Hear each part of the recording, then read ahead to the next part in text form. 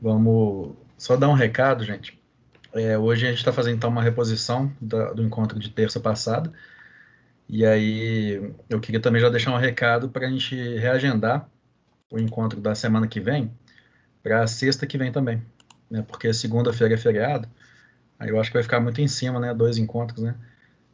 Na véspera, logo depois do feriado. Então a gente pode adiar esse encontro da semana que vem, também para sexta-feira que vem, na minha sugestão. Apesar de que, na verdade, pelo nosso calendário, eu estou olhando aqui agora, na verdade, o nosso próximo encontro é só dia 27, na verdade. Compartilhar aqui com vocês rapidinho. Eu estou olhando aqui no nosso calendário. Então, aqui, na verdade, em outubro, a gente, na verdade, só tem encontro de novo dia 27. Acho que é por causa da semana de prova final, né? Então, na verdade, não precisa nem adiar o da sexta-feira que vem, que não, que já não ia ter mesmo. Então, nosso próximo encontro fica aí para o dia 27. Pessoal, hoje eu estou com uma convidada aqui, que é duas convidadas, né? Ana Luísa Rocha, Janaína. A Ana Luísa, gente, ela é estudante aí na Dom Helder, ela está quase formando, ela está no finalzinho do curso. Ela foi pesquisadora no grupo de iniciação científica sobre advocacia em direitos humanos, junto comigo. Pesquisou questões sobre mineração. E atualmente ela também é estagiária lá comigo, lá no Instituto Guaicuí, que é justamente uma assessoria técnica independente. Também está escrevendo o trabalho dela de conclusão de curso justamente sobre o tema, que é o tema que a gente vai falar hoje, que é justamente o tema de processo coletivo e processo coletivo estruturante. E aí eu convidei ela para falar um pouquinho sobre isso, sobre o que é processo coletivo, como que eles funcionam, para a gente conseguir entender um pouco melhor sobre como é que isso funciona, essas ações civis públicas que estão sendo ajuizadas aí no caso do Rio Doce e no caso de Brumadinho. Então, ela vai falar para a gente um pouquinho sobre isso, eu trouxe ela para a gente fazer um debate também. Janaína está aqui só como observadora, ela falou que não quer falar, mas ela também trabalha numa assessoria técnica, que é a assessoria do NACAB, né, que também atua no Paraupeba, né? Mas, enfim, então eu convidei as duas para a gente poder fazer um debate aqui, e hoje vai ser mais um bate-papo. Tranquilo, Diogo. Aí hoje eu pensei em fazer um bate-papo entre a gente para a gente poder debater alguns temas gerais, né? Então, vou colocar aqui os slides que eu tinha preparado hoje, bem em geral, mas como eu disse, vai ser mais um bate-papo. Então, o tema de hoje seria esse daqui, né? Nossa quinta aula, das 9 aulas que a gente vai ter, que é processo coletivo, estruturante, dinâmica, procedimentos, governança, acordos com as empresas, papel das instituições de justiça. Na verdade, a gente vai fazer duas aulas sobre esse tema. Na aula de hoje, a gente vai dar uma aula mais geral sobre o que é processo coletivo estruturante, como que ele funciona, e na aula que vem, a gente vai falar um pouco melhor sobre os processos em espécie, né? Então, no dia 27, a gente vai abordar justamente cada uma das ações civis públicas, a gente vai analisar os pedidos delas, os principais acordos que foram estabelecidos, tanto no caso de Brumadinho quanto no caso de Mariana.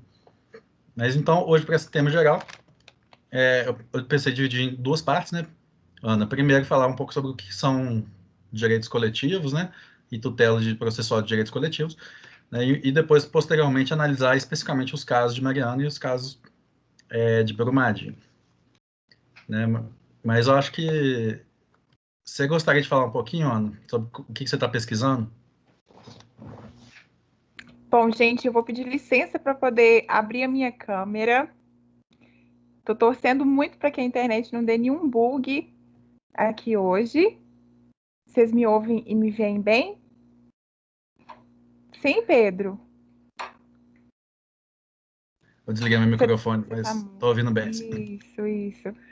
Bom, fiquei muito feliz em saber que a Janaína está aqui com a gente. Inclusive, Janaína, por favor, se manifeste se essa não é a sua intenção inicialmente, porque vai ser muito interessante, até mesmo para essa construção do meu TCC, ter uma visão de uma pessoa que não está dentro da TI, do TI, mas que está em outra TI, que aí pode trazer um pouco da bagagem, da perspectiva, pela questão da experiência prática.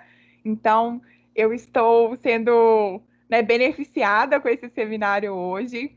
Diogo, não estou vendo sua foto, mas é um prazer te conhecer também. Eu acho, Pedro, eu consegui dar uma olhadinha aqui nos slides. você quem sabe, se você quiser que eu puxe esse tema, mas eu acho que talvez seja mais interessante você iniciar apresentando a contextualização do processo coletivo, das ações civis, e aí depois, em torno disso, quando realmente o roteiro, né, entra em processos estruturais, e aí a gente começa a conversar mais aqui sobre isso.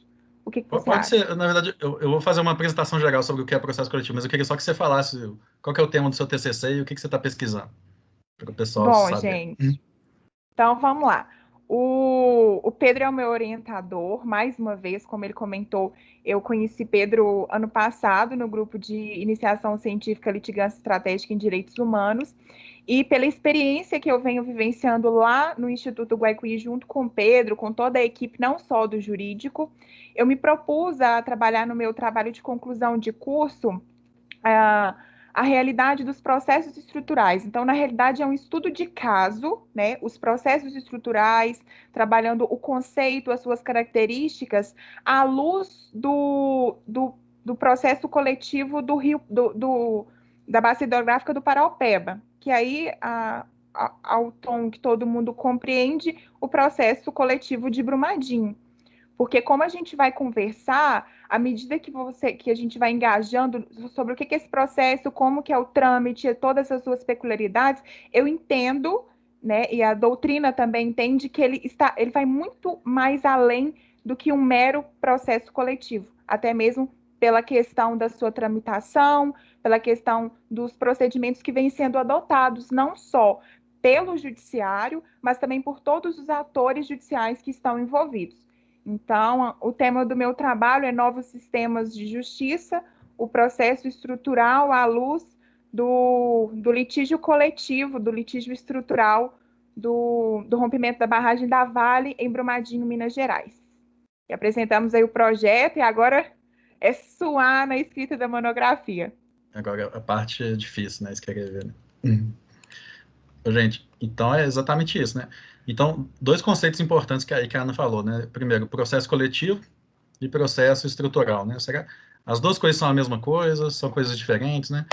E aí, eu vou falar, então, uma breve introdução geral sobre esses dois conceitos, né? Primeiro, né? Você sabe que foram ajuizadas diversas ações civis públicas, né? Tanto no caso de Mariana, quanto no caso de Brumadinho, né?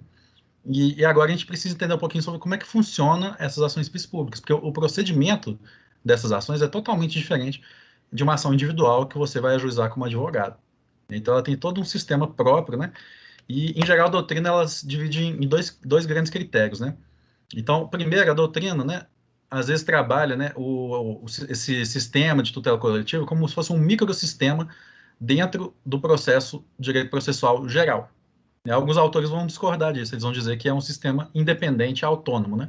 Outros vão dizer que é uma parte do direito processual, mas enfim, né? Existe então esse ramo, né, do direito, né, que alguns vão dizer que faz parte do direito processual, outros vão dizer que é um ramo autônomo, né, que vai regulamentar justamente essa tutela de direitos que a gente vai chamar de direitos coletivos, né, lato sensu, né, mas que muitas vezes vão se subdividir aqui, como a gente vê lá no Código de Direito do Consumidor, em direitos difusos, direitos coletivos, direitos individuais homogêneos, né. Todos esses direitos, eles podem ser chamados do que a gente chama de direitos transindividuais, né, ou meta-individuais, que são direitos que transcendem os meros interesses privados das partes, né, do processo. São direitos interesses, né, que afetam a sociedade como um todo. Né? Então, esse sistema, né, de tutela coletiva, ele busca justamente regulamentar, né, esses direitos que não têm uma natureza transindividual. E aí, quando que esse sistema foi criado? Né? Primeiro, desde antes da Constituição de 88, já existia o que a gente chama de algumas ações coletivas, né? Então, já existia a ação popular, né, a ação civil pública, né? Já existia, inclusive, muito antes, eu coloquei aqui embaixo, né? Muito antes de existir, né, a lei de ação civil pública, né? A ação civil pública já existia. Né? E por quê? Porque a lei da Política Nacional do Meio Ambiente do início da década de 80 já previa a possibilidade do Ministério Público ajuizar a ação em defesa do meio ambiente, né? E a lei orgânica do Ministério Público, que é também anterior à lei de ação civil pública, já previa também a possibilidade do Ministério Público ajuizar a ação civil pública, ação coletiva, ação civil pública, né, na tutela desses interesses aqui. Então, essas duas leis juntas, né, já estabeleceram, né, que o Ministério Público poderia, né, atuar, né, para defender esses interesses coletivos, os interesses de toda a sociedade, por meio de ações civis públicas. Né. Posteriormente veio essa lei aqui, né, que é a Lei de Ação Civil Pública, que aí ela ampliou essas possibilidades. Também foram ampliadas essas possibilidades por meio da Constituição de 88, que tem uma série de ações, né, que a gente chama de remédios constitucionais, né, como mandado de segurança e habeas corpus, que também podem ser feitos de forma coletiva. Só para citar um exemplo, né, por exemplo, o habeas corpus, não sei se vocês lembram, né, para as mães gestantes, né, que determinou, né, a possibilidade de prisão domiciliar para mães em situação de cárcere, né, ou com filhos menores com uma certa idade, elas poderiam cumprir a pena em regime domiciliar, né. A Ana também é especialista nisso, né, Ana, né, questão desse HC coletivo, que você trabalhou com isso também, né. Mas então, esses remédios constitucionais, né, eles também podem ser, né, feitos de forma coletiva. Quando a gente olha também, por exemplo, o Código de Defesa do Consumidor, a gente vê que não existe uma lei, né, que regulamenta essas ações coletivas, mas existe o Código de Defesa do Consumidor, que da década de 90, né, que lá vai ter um capítulo específico sobre processo coletivo, que é, se não me engano, o capítulo 6 da Lei do Código de Defesa do Consumidor. E então aqui vai ter uma série de regulamentações do processo coletivo, né, que a princípio seria para o direito do consumidor, mas foi feito também uma alteração na lei de ação civil pública, né, dizendo, né, aplica-se a ação civil pública, né, no que couber o capítulo 6 do consumidor, ou seja, essa ação civil pública aqui da década de 80, né, também vai aplicar esse capítulo 6 aqui do Código de Defesa do Consumidor. E além disso, né, a lei de ação civil pública também prevê, né, a possibilidade de aplicação subsidiária do Código de Processo Civil, né, ou seja, também eu posso aplicar o CPC 2015, né, recente, né, para as ações civis públicas, para as ações coletivas. Né, então, aqui a gente tem todos esses novos institutos, né, do CPC, inclusive a questão das ações repetitivas, né, dos sistemas aí, dos incidentes processuais novos aí que foram estabelecidos pelo CPC, eles passam também a poder ser aplicados subsidiariamente dentro das ações coletivas. Então, isso, né, estabeleceu aí de forma geral assim, esse ramo que a gente chama assim, de microsistema de tutela coletiva, que é justamente os tipos de ações que podem ser ajuizadas aí para defender esses interesses coletivos difusos, né? Sabendo também que, conforme prevê aqui no próprio Código de Defesa do Consumidor, né, nesse capítulo 6, né, qualquer tipo de ação pode ser uma ação coletiva. Né? O Código de Defesa do Consumidor diz isso, né, que os interesses coletivos podem ser defendidos por qualquer tipo de ação. Né? Ou seja, não é um rol taxativo, né? É um rol meramente exemplificativo, mas em geral, né, é feito por meio de ações civis públicas, né, ou desses remédios constitucionais na sua modalidade coletiva. Então, isso é o que a gente chama do sistema de tutela coletiva. Como eu disse, esse sistema prevê a tutela desses interesses transindividuais. E o que são esses interesses transindividuais? Eles são interesses que a gente vai chamar de interesses difusos, coletivos ou individuais homogêneos, né? Falando de forma geral, né, eu acho que muita gente já deve saber disso, né? Mas assim, os interesses difusos, né, eles são aqueles cujo sujeito é indeterminado, né, e indeterminável também, e basicamente são os interesses de toda a sociedade ou até mesmo de toda a humanidade em si, né, que eu posso dar como exemplo a proteção do meio ambiente, né? Então, um dano ambiental, em geral, vai se caracterizar como um direito, uma violação, um interesse difuso, né, e interesses gerais, né, a proteção do mercado, né, para a questão dos direitos dos consumidores, né, a questão do direito à informação, né, normalmente eu não consigo especificar uma pessoa específica que é titular desse direito, mas o titular é a sociedade como um todo, né, todos os cidadãos, né. Agora, os direitos coletivos, eles são atribuídos a um grupo específico, né, esse grupo, em geral, ele pode estar representado por uma associação, por exemplo, né, mas uma eventual ação, né, ajuizada por essa associação, ela vai beneficiar todos os integrantes daquele grupo.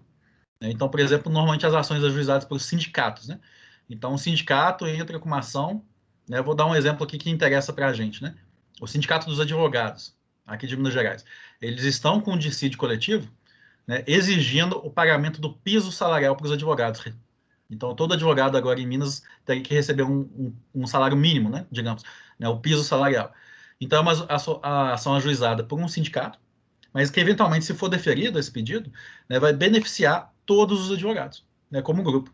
Né? Então, acontece, todos os membros daquele grupo são beneficiados por essas ações aqui. Né? Eles não precisam se cadastrar no processo. Né?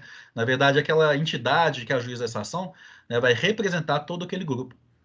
A gente também percebe interesses coletivos, né, quando a gente vê, por exemplo, a questão de povos indígenas ou povos quilombolas, né, que eles são caracterizados como uma coletividade específica, também. Né? O que caracteriza esses interesses coletivos? Né? Os indivíduos que vão ser beneficiados por ele, eles não são determinados, mas eles são determináveis, ao contrário dos direitos difusos, né? Onde são todas as pessoas. Né? Nos coletivos, né, por exemplo, eu sei quais são os membros integrantes de determinada comunidade indígena, determinada comunidade quilombola, né? Não. Né? Mas eu poderia descobrir? Poderia. Né? Quando eu falo povo indígena Krenak, lá do Rio Doce, que foi afetado pela barragem, pelo rompimento da barragem da Samarco, né? Eu não sei quem são os indivíduos específicos do caso do povo Krenak. Mas se eu que fosse lá pesquisar, eu conseguiria descobrir? Sim, né? Porque eles são uma coletividade que pode ser determinada. Né? Ao contrário, então, dos interesses difusos, né? Onde eles são indetermináveis. Né? Então, espero que vocês tenham entendido aqui, né? Se quiser comentar também, Ana. E os interesses individuais homogêneos, né? Então, eles são pessoas determinadas. Né? Então, ao contrário do primeiro, que são indetermináveis, né? E do segundo, que são determináveis, mas indeterminadas, nos individuais homogêneos são pessoas determinadas. Então, é muito comum no âmbito do direito do consumidor. Né? Então, por exemplo, vítimas de um acidente aéreo, por exemplo, vítimas de um avião que caiu, né? E elas entram com uma ação coletiva. O que eu tenho aqui? Né? Essas pessoas elas são caracterizadas por algum tipo de identidade, né? Como diz aqui em cima, um grupo específico, uma classe. Né? Elas têm uma ligação jurídica entre si, um elo jurídico? Não. São pessoas aleatórias que, por algum motivo, faziam parte de um determinado voo que teve um acidente. Né? Os interesses delas são individuais, né? Basicamente, mas eles têm a mesma causa, que é o mesmo acidente que ocorreu. Né? Então, o que acontece? Os indivíduos são indivíduos determinados, né? São só aqueles e pronto, acabou. Eu não posso acrescentar nem retirar nenhum. No âmbito das ações coletivas, as ações para defender direitos individuais homogêneos, né, são muito específicas porque as pessoas só têm direito a se beneficiar dessa ação coletiva se elas se cadastrarem no processo. Né? Então, é uma diferença em relação às ações de direitos coletivos, né, no qual todos são beneficiados. Né? E também, para não ficar uma coisa muito abstrata, né, como é que a gente vê isso daqui, então, nos rompimentos de barragem de Mariana e Brumadinho? Né? Então, primeiro, a gente vê interesses difusos, por exemplo, a recuperação do Rio Doce, né, que ele está contaminado, está com metais pesados, né, a lama está lá e ninguém sabe como é que faz para tirar aquela lama. Né? Então, esses danos ambientais são danos a interesses difusos. Né? A recuperação do meio ambiente é um interesse difuso. Né? Eu tenho direitos coletivos também? Tenho. Né? Por exemplo, uma associação de pescadores, né, de um município X, né? É uma associação específica, né? É uma coletividade, digamos, é uma classe de pessoas, né? Os pescadores, né? O povo Krenak, né? Também é uma coletividade que pode ser determinada, né? Também vai se integrar aqui nos direitos coletivos. Um grupo de congado que agora está desestruturado por causa do desastre, né? Também é uma coletividade específica, né? Então, todas essas coletividades são aqui determinadas, né? Eu tenho também interesses individuais homogêneos?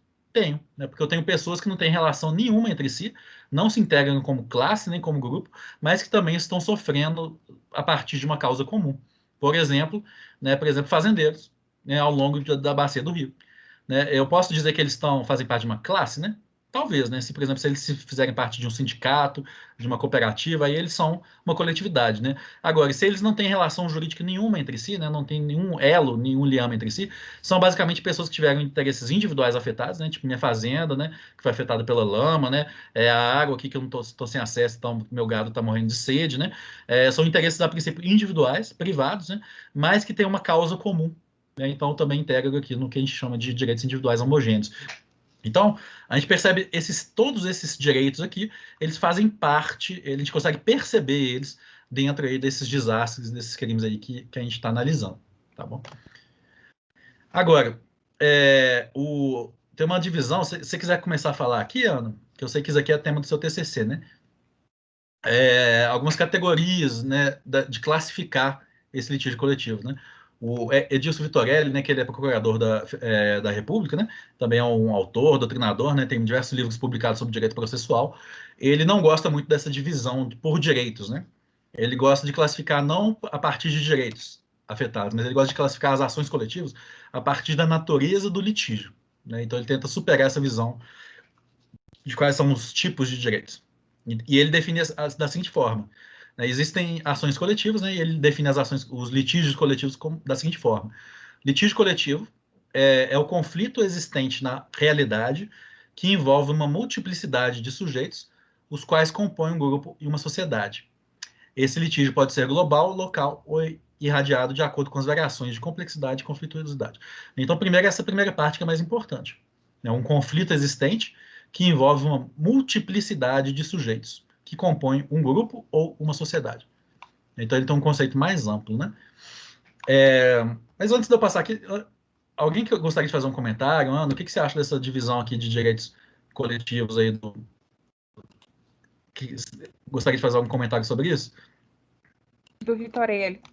Gente, eu não tô vendo o chat, né, Pedro? Até mesmo para poder interagir. Então, porventura, algum comentário, você dá uma repetida aqui no microfone. É isso, o Edilson Vitorelli, gente, quando a gente fala em processos estruturais, que vai ser o próximo passo e a temática que o Pedro vai entrar e que é o tema do meu TCC, o Edilson Vitorelli é o pilar, ele é a referência. Por quê? Muito dessa ideia de processo estrutural partiu justamente dessa reformulação da conceituação de direitos coletivos, direitos difusos, direitos individuais homogêneos, que foi o que o Pedro acabou de apresentar. Então, na tese de doutorado dele, ele trouxe justamente essa perspectiva, por entender, porque ele enxergava como algo muito abstrato. Ele foi juiz federal, e aí parece que ele passou em vários concursos, então da experiência que ele teve, tanto acadêmica quanto na prática, ele fazia uma crítica, que é muito complicado você conseguir abstrair o que seja os direitos coletivos, difusos, individuais, homogêneos, enfim. Então, ele traz, como o Pedro muito bem pontuou, essa ideia da natureza dos litígios. Então, ele fala, olha, nós temos os litígios globais, que eu enxergo que é como se fossem os direitos difusos. Eu não sei qual que é a perspectiva de vocês, mas porque é algo que atinge um número... Isso, bom, para a gente poder ir puxando. Aí, Pedro, se você puder voltar até no slide dos direitos difusos, quando ele fala na questão dos direitos globais, eu entendo que ele esteja até fazendo uma dualidade com a questão dos direitos difusos, porque é algo transindividual, é difícil você apontar quem seja, e aí, lendo, né, a doutrina dele, artigos escritos e assistindo várias palestras, ele diz que o direito, o litígio global, ele é aquele que atinge toda uma coletividade, mas que ninguém se importa muito com ele. Teve um direito violado, mas não é algo que teve uma abrangência e um impacto tão grande a ponto de ter que litigar por ele. Os litígios locais, eu entendo como se fosse... Para dar um exemplo, Ana, um exemplo de litígio global é, por exemplo, o aquecimento global. Ele afeta todo mundo, né? Mas, assim, não existe um interesse individual meio afetado, né? É difícil de eu falar quem que é o responsável por isso, né? Ele afeta todo mundo de forma igual, né? Exatamente. Perfeito, perfeito. Acho que melhor exemplo do que esse, não consegui buscar. E aí, em paralelo à questão dos litígios coletivos, ele traz a questão dos litígios locais. E que aí, na minha visão, eu entendo que os litígios locais é como se fosse o direito coletivo, onde você tem uma comunidade que você consegue apontar qual comunidade e ele diz algo que eu acho muito interessante, que depois vai ser até um dos pontos que eu vou trazer, que eu venho discutindo com o Pedro, seja nessa ou seja no próximo encontro, é na questão da crítica que eu vejo quanto a essa classificação que ele faz. Porque quanto aos litígios coletivos, ele fala assim, olha, os litígios coletivos é quando nós temos uma comunidade que foi afetada. E aí ele pontua muito na ideia das comunidades indígenas, das comunidades tradicionais. Por exemplo, o Pedro trouxe a questão dos habeas corpus, né, do habeas corpus coletivos, e que aí nós tínhamos as mães do cárcere, desse grupo de mulher, a questão das lutas por gênero, então, seja o negro, seja as lutas femininas, né, do feminismo, enfim.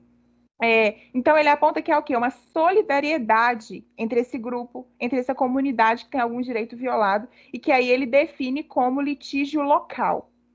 Quando ele vai falar sobre o litígio irradiado, que aí quando ele fala sobre o litígio irradiado, ele parte muito para a questão da ideia dos rompimentos das barragens, né, de conflitos que tangem por questão de questões ambientais, socioambientais.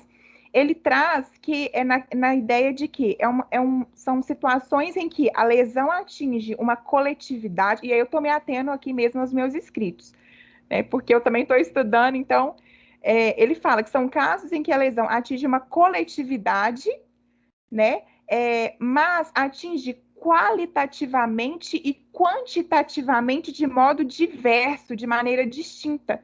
Então, ele aponta que, no caso dos litígios irradiados, não há uma solidariedade entre essa comunidade. Ao contrário, ou melhor, entre essas pessoas atingidas, ao contrário do caso dos litígios locais, em que havia essa solidariedade. E em relação a isso, também fazendo essa provocação ao Diogo, a Gessiara que eu vi que entrou, como a gente acompanha essa questão do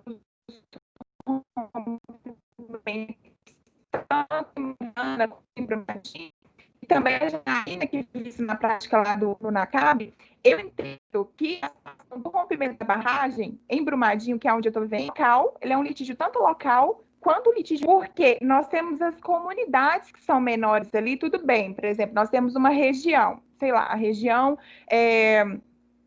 de Pompéu.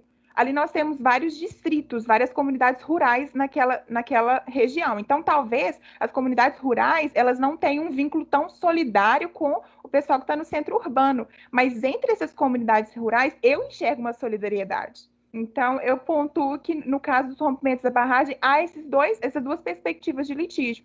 Mas quando o Vitorelli traz essa perspectiva dos processos estruturais, dos litígios estruturais, ele faz uma relação direta com os litígios irradiados, que foi como o Pedro colocou aí no slide.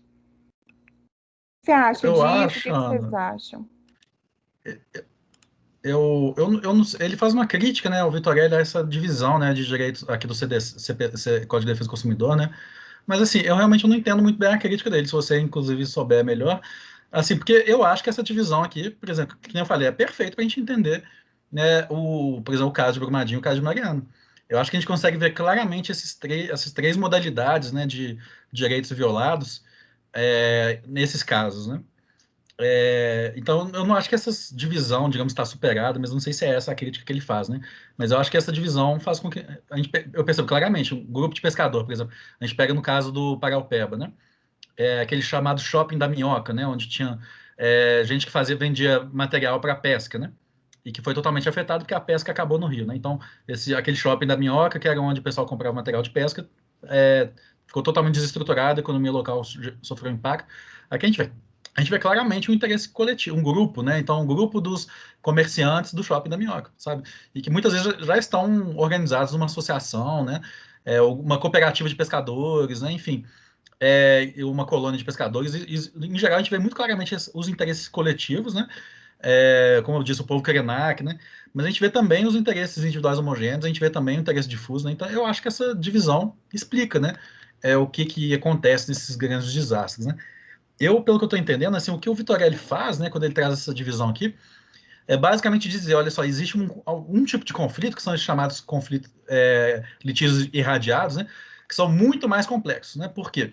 Porque, então, por exemplo, no habeas corpus coletivos das mães encarceradas, eu tenho interesse coletivo de um grupo, né? Uma ação para o povo Krenak, uma ação de demarcação de terra, eu tenho também o interesse coletivo de um grupo, né? Agora, quando eu pego um conflito como o crime de Mariana ou de Brumadinho, eu tenho um interesse de diversos grupos diferentes. Então, aí eu tenho os Krenak, ao mesmo tempo eu tenho do Shopping da Minhoca, ao mesmo tempo eu tenho da Associação de Hotelaria, né, das pousadas que também quebraram, né? Também tenho os pescadores e também tenho, enfim, o pessoal de condomínio fechado, como ficava na beira do rio, né? E gente de um perfil muito distinto, né? Gente, então, que eles não têm um elo entre elas, né? E muitas vezes o interesse deles é diferente entre si. Então, por exemplo, eu pego a área 3, que é a área, por exemplo, onde a Janaína trabalha, no Dunacab, a gente tem lá grandes fazendeiros, né? Gente com grandes fazendas, tipo em agronegócio mesmo, né? Então, gente que tem empreendimentos, né, de agricultura. Do outro lado, eu tenho outros grupos, né? Que muitas vezes vão ter uma perspectiva política, né, muito diferente da desses grandes fazendeiros. E aí é muito complicado, né? Compatibilizar esses diferentes interesses, porque o interesse deles é totalmente diferente, né? Então, o fazendeiro quer ser lá indenizado porque ele perdeu, sei lá, mais de 1.000 cabeças de gado. Né? Já o outro pescador lá, pescador tradicional, ele quer receber um auxílio porque ele está morrendo de fome, né? Não consegue comprar comida. Então, são interesses tão diferentes, né? onde a gente percebe, então, que nesse conceito que ele traz de conflitos irradiados, né, é como se fosse um litígio no qual existem diversos interesses coletivos diferentes. É como se fosse assim, né? Digamos, são litígios mais complexos. E exatamente isso, pelo meu entendimento, é que faz esse processo não ser um processo, essa ação, enfim, né? A gente fala processo coletivo porque tem várias ações aí por trás dessa nomenclatura que é um gênero. Mas é exatamente essa questão da multipolaridade, do policentrismo de interesses e que faz ele ser um processo tão complexo, que faz ele ser um processo estrutural. Porque nós temos vários doutrinadores, estudiosos no tema, que eles falam que todo litígio complexo demandará um processo estrutural. Isso é inevitável, é uma questão fática, não tem como correr ou contestar disso. Né? Porque por ser uma temática muito nova, quando eu venho estudando e acompanhando, eu percebo que há uma resistência por parte de algumas pessoas em assumir essa questão. Não, de fato, é um processo estrutural. De fato, a gente tem que tratar com certa peculiaridade, com um tratamento mais especificado.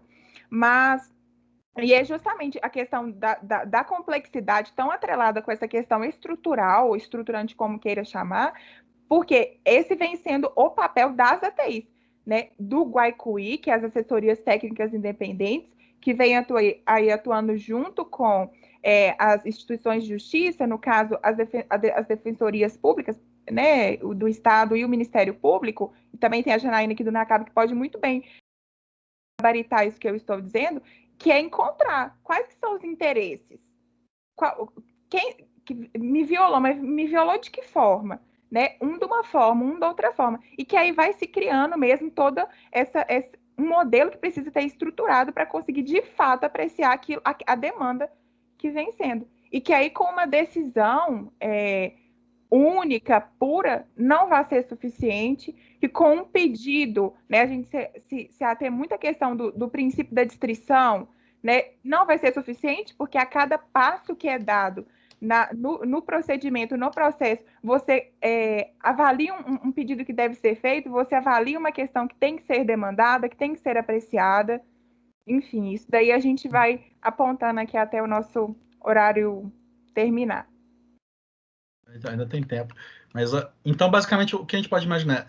Existem conflitos que envolvem interesses difusos, coletivos e individuais homogêneos, mas o que eu acho que o Vitorelli está querendo trazer é que muitos deles são de natureza somente local, de um grupo específico. Né? O que ele está dizendo? Existe outros tipos de conflitos, né, que são esses irradiados, que são tão complexos que eles precisam que a gente resolva eles de outras formas. Né? Então, digamos assim, ele diz, só isso daqui não resolve, né? Porque isso daqui, na verdade, não explica, né, esses conflitos hipercomplexos, que é o que eles chamam de irradiados, né, que a gente precisa de outra forma de resolver e que o sistema de litígio coletivo atual não nos dá uma resposta, né? Acho que é a principal tese dele.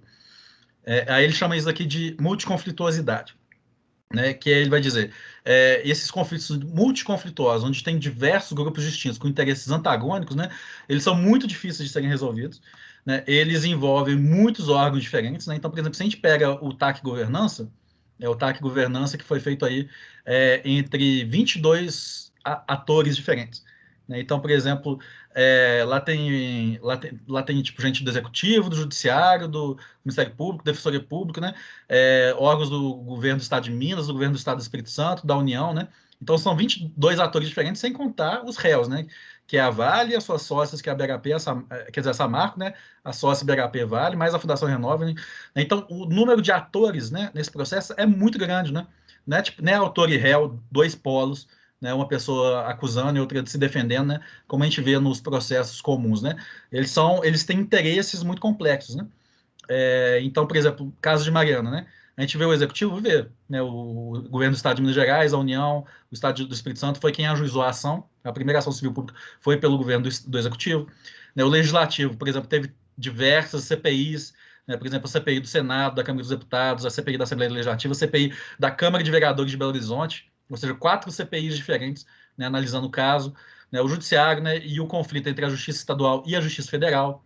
Né, Ministério Público, Defensoria Pública, tanto da União quanto do Estado, né, os advogados privados dos atingidos e das comissões de atingidos, né, o AB atuando em relação a esses advogados que estavam fazendo captação irregular de clientes, ou seja, envolve a sociedade inteira, né, diversos órgãos sociais, né? Então, eles são muito mais complexos do que os litígios coletivos gerais, né? Imagina, uma coisa é tipo uma ação de coletiva para um grupo de consumidores que foi lesado por causa de um produto irregular, por causa de um serviço irregular. Isso daqui é uma coisa muito mais complexa, né? Você não vê esse tanto de atores, né? Nas ações coletivas comuns, digamos, né? Isso envolve esfera civil, penal. Então, por exemplo, as ações criminais contra o diretoria da Samarco, né, e ao mesmo tempo que ações civis públicas pediam indenização, ao mesmo tempo que o IBAMA estava lá aplicando multa e a Vale recorrendo, né, ou seja, envolve todas as esferas do direito, né, e diversos processos ao mesmo tempo. Né, no caso da Samarco, a gente vê isso muito claramente. Né, o Ministério Público Estadual ajuizou uma ação civil pública, né, o Ministério Público Federal ajuizou outra, né, o Estado de Minas Gerais ajuizou outra, né, e muitas vezes sobre o mesmo assunto, que era o que? A reparação integral dos danos. Né, então, essa superposição de diversos processos ao mesmo tempo, esses conflitos de competência, né? Então, isso é o que o Vitorelli vai chamar de conflitos coletivos irradiados. Né? E aí ele vai falar, a gente precisa de outras formas de solução desses problemas. Né? Então, aquele sistema do processo adversarial, né, não resolve mais. Né? Não tem como mais eu resolver isso por meio de um autor e réu, né? Um acusa e o outro se defende. Né? Uma coisa muito interessante que ele fala, os processos individuais foram criados para problemas do passado. Né? Aquele claro exemplo, né? Caio, Tirso e Merve, né? Caio fez um acordo com Tício, né? Tício não pagou, né? Caio vai e ajuiza um processo pedindo indenização. Né? Ou senão, Merve bateu no carro de Caio, Caio vai lá e abre uma ação para indenização. Né? Tudo isso envolve coisas que ocorreram no passado, né? E agora a gente precisa, digamos, reparar, né, a balança. Né? Então, os processos individuais são muito matemáticos. Né? É uma coisa que ocorreu, vamos reparar, vamos restaurar. Agora, os processos coletivos, o dano está ocorrendo. Né? Então, o Ministério Público Federal ajuiza uma ação, né? E enquanto ele está ajuizando essa ação, a barragem de Fundão começa a vazar lama de novo, sabe? Então as coisas estão em constante andamento, né? Aí a ajuização e depois percebe que está tendo contaminação por metais pesados das pessoas. O que a gente faz agora? Né? Então não é uma coisa que ocorreu no passado e agora a gente precisa reparar. Né? É uma coisa que é constante, né? As violações se perpetuam no tempo constantemente, né? Perpetuação de violações a todo instante, né? E aí o que ele diz também, o Vitorelli, né? Nesse caso aqui, a gente não pode trabalhar com essa noção de estabilização. Então, por exemplo, a gente tem muito isso no processo individual, né? Ajuizei a petição inicial, tá lá meus pedidos, e agora pronto, eu não posso mais mudar o pedido, não é isso? Depois que o réu foi citado, eu não mudo mais o pedido, né? Preclusão, né? Basicamente. E no processo, nesses litígios, né, que ele vai chamar de irradiados, né? Não existe isso, né? Porque eu faço um pedido inicial, mas depois eu descubro que existe uma série de novas violações que eu não sabia inicialmente, né? E o que eu faço aqui? E, de novo, nosso sistema de processo coletivo não nos dá uma resposta para isso. Né? A gente tem tentado, né, encontrar respostas por meio de tentativas assim, meio improvisadas de solução. Né? Então, por exemplo, muitas vezes a gente usa as audiências públicas ou as audiências judiciais como espaço, né, para tomar essa decisão. Então, faz uma audiência uma vez por mês ou uma vez por semana, né, e chega lá e fala, ô juiz, descobri que ocorreu outra coisa aqui, né? Nessa marca, na verdade, continua vazando lama lá da barragem. Aí o juiz, opa, vamos tomar uma medida então. E acaba que então a audiência, né, judicial se torna o espaço de decisão, né, o fórum de decisão, né, de informar o juízo, né, e o juiz então tenta de forma dinâmica dar resposta para os problemas que vão sendo apresentados. Né. Então não existe essa noção de que eu apresentei uma petição e pronto, acabou. Né? Então os pedidos eles vão sendo reformulados constantemente à medida que as violações vão sendo evidenciadas.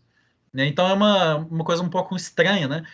Quase como se fosse uma mistura de uma ação judicial com um inquérito. É como se fosse um inquérito, né, que está ocorrendo enquanto a ação corre e enquanto as coisas vão sendo investigadas, né, o juiz vai decidir na medida que as coisas forem sendo investigadas. Né? É uma coisa muito mais dinâmica, né?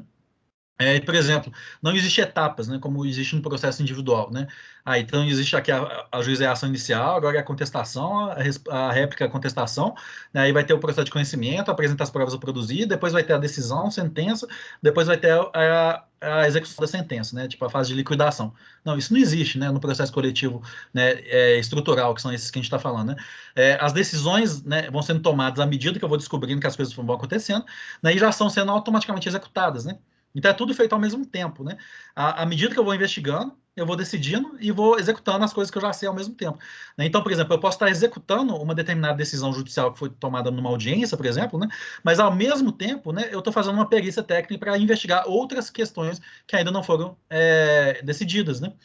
E isso é muito claro no processo do Rio Doce de Mariana, por exemplo. Né? Em julho de 2019, a Vale já foi condenada. Né?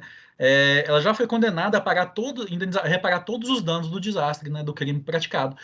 Né? No entanto, o que acontece? Apesar de já ter tido, digamos, a sentença, ou seja, a sentença já foi prolatada. Né? Por quê? Porque já teve o julgamento antecipado da lide, nesse caso. Né? Então, a princípio, eu estaria na fase de liquidação. Né? Mas como esse processo é dinâmico, né, eu ainda não quantifiquei os danos de forma clara. Então, ao mesmo tempo, eu estou no processo de conhecimento, eu estou fazendo perícia. Né? Então, as duas coisas estão ocorrendo ao mesmo tempo. Ao mesmo tempo que eu tento executar algumas condenações, eu também estou fazendo o processo de conhecimento. Né? Então, digamos, essa mentalidade de que os atos foram praticados e eles ficam estabilizados não se aplica para esses processos estruturais. Né? E aqui eu trouxe alguns casos. Né? Como que eu faço para conseguir essa flexibilidade? Né? O regime, por exemplo, de tutelas de urgência. Né? Então, muitas dessas ações, né, o Ministério Público entra com uma ação pedindo, por exemplo, uma tutela de urgência em caráter antecipado, né, lá no artigo 300 do Código de Processo, de Processo Civil. Né? Agora, isso não quer dizer que a ação principal está pronta. Né? Então, muitas vezes são pedidas tutelas cautelares, tutelas antecipadas, né? O juiz vai decidindo elas, mas nem existe ação correndo ainda. Né? É o que a gente vai ver mais para frente. Né? Existem acordos preliminares, acordos que são feitos muitas vezes antes de ações serem ajuizadas. Né? Esses acordos são às vezes anexados. Né? Então, por exemplo, tem o acordo sobre a água, né? No caso do Prealpeba, ele já sofreu, né, uns 5 anexos, uns 4 anexos diferentes, né? Porque esse acordo vai sendo complementado à medida que as questões vão sendo investigadas. Né? Então, tudo é negociado no âmbito da audiência. Né? Não existe um ato que foi feito e acabou e pronto, né? E está resolvido. Né? Julgamento antecipado da lide. Né? Por exemplo, em abril do ano passado, o juiz fez um julgamento antecipado para fornecer água para o município de Pará de Minas. Né? Então, a Vale já foi condenada quanto a isso. Né? Aí, depois, em julho, ele fez um julgamento antecipado para condenar a Vale a reparar os danos ocorridos. Né? Só que o processo continua correndo. Né? Então, o que a gente chama de julgamento antecipado da lide, ele ocorre, né, no momento, mas ele não extingue o processo. Né? O processo continua tramitando, né, para continuar sendo investigados os outros danos que tenham, porventura, tenham ocorrido. Então, esses litígios que o Vitorelli chama de irradiados, né, eles precisam de um certo dinamismo, né, que não se aplica, né, aos processos coletivos em geral, né, e eles e não existe uma regulação para isso, né? Não existe uma lei que regulamenta esse processo coletivo estruturante. Né? Uma coisa Acho que que aqui. Pode falar. eu queria só, Pedro, antes de você avançar, porque está muito relacionado com esse ponto que você chegou. Quando a gente vai na doutrina, a gente me ouve. Oi, vocês Porque me o seu ouvem? áudio está cortando um pouquinho. Dá uma cortadinha. Eu vi que você travou. Eu vi que você travou. Agora tá Eu vou dando ou desligar meu não? vídeo para ver se fica melhor. Tá. Tá. Qualquer interferência você me fala, viu, Pedro? Beleza. Tá.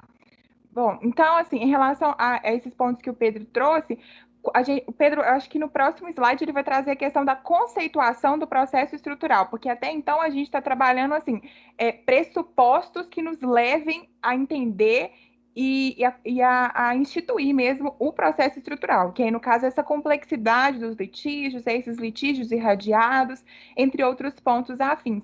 Todavia, quando a gente chega no conceito do que seja um processo estrutural, e que aí nós temos vários conceitos que são trazidos, né, que vêm à tona, e depois, quando a gente parte para a questão das características de um processo estrutural, todos esses apontamentos que o Pedro fez estão ali comungados, em conluio entre si. Então, quando ele fala da questão que eu até mencionei sobre o princípio da adstrição ao pedido, os pedidos eles têm que ser dinâmicos, porque por se tratar de um litígio complexo e por se tratar não de uma relação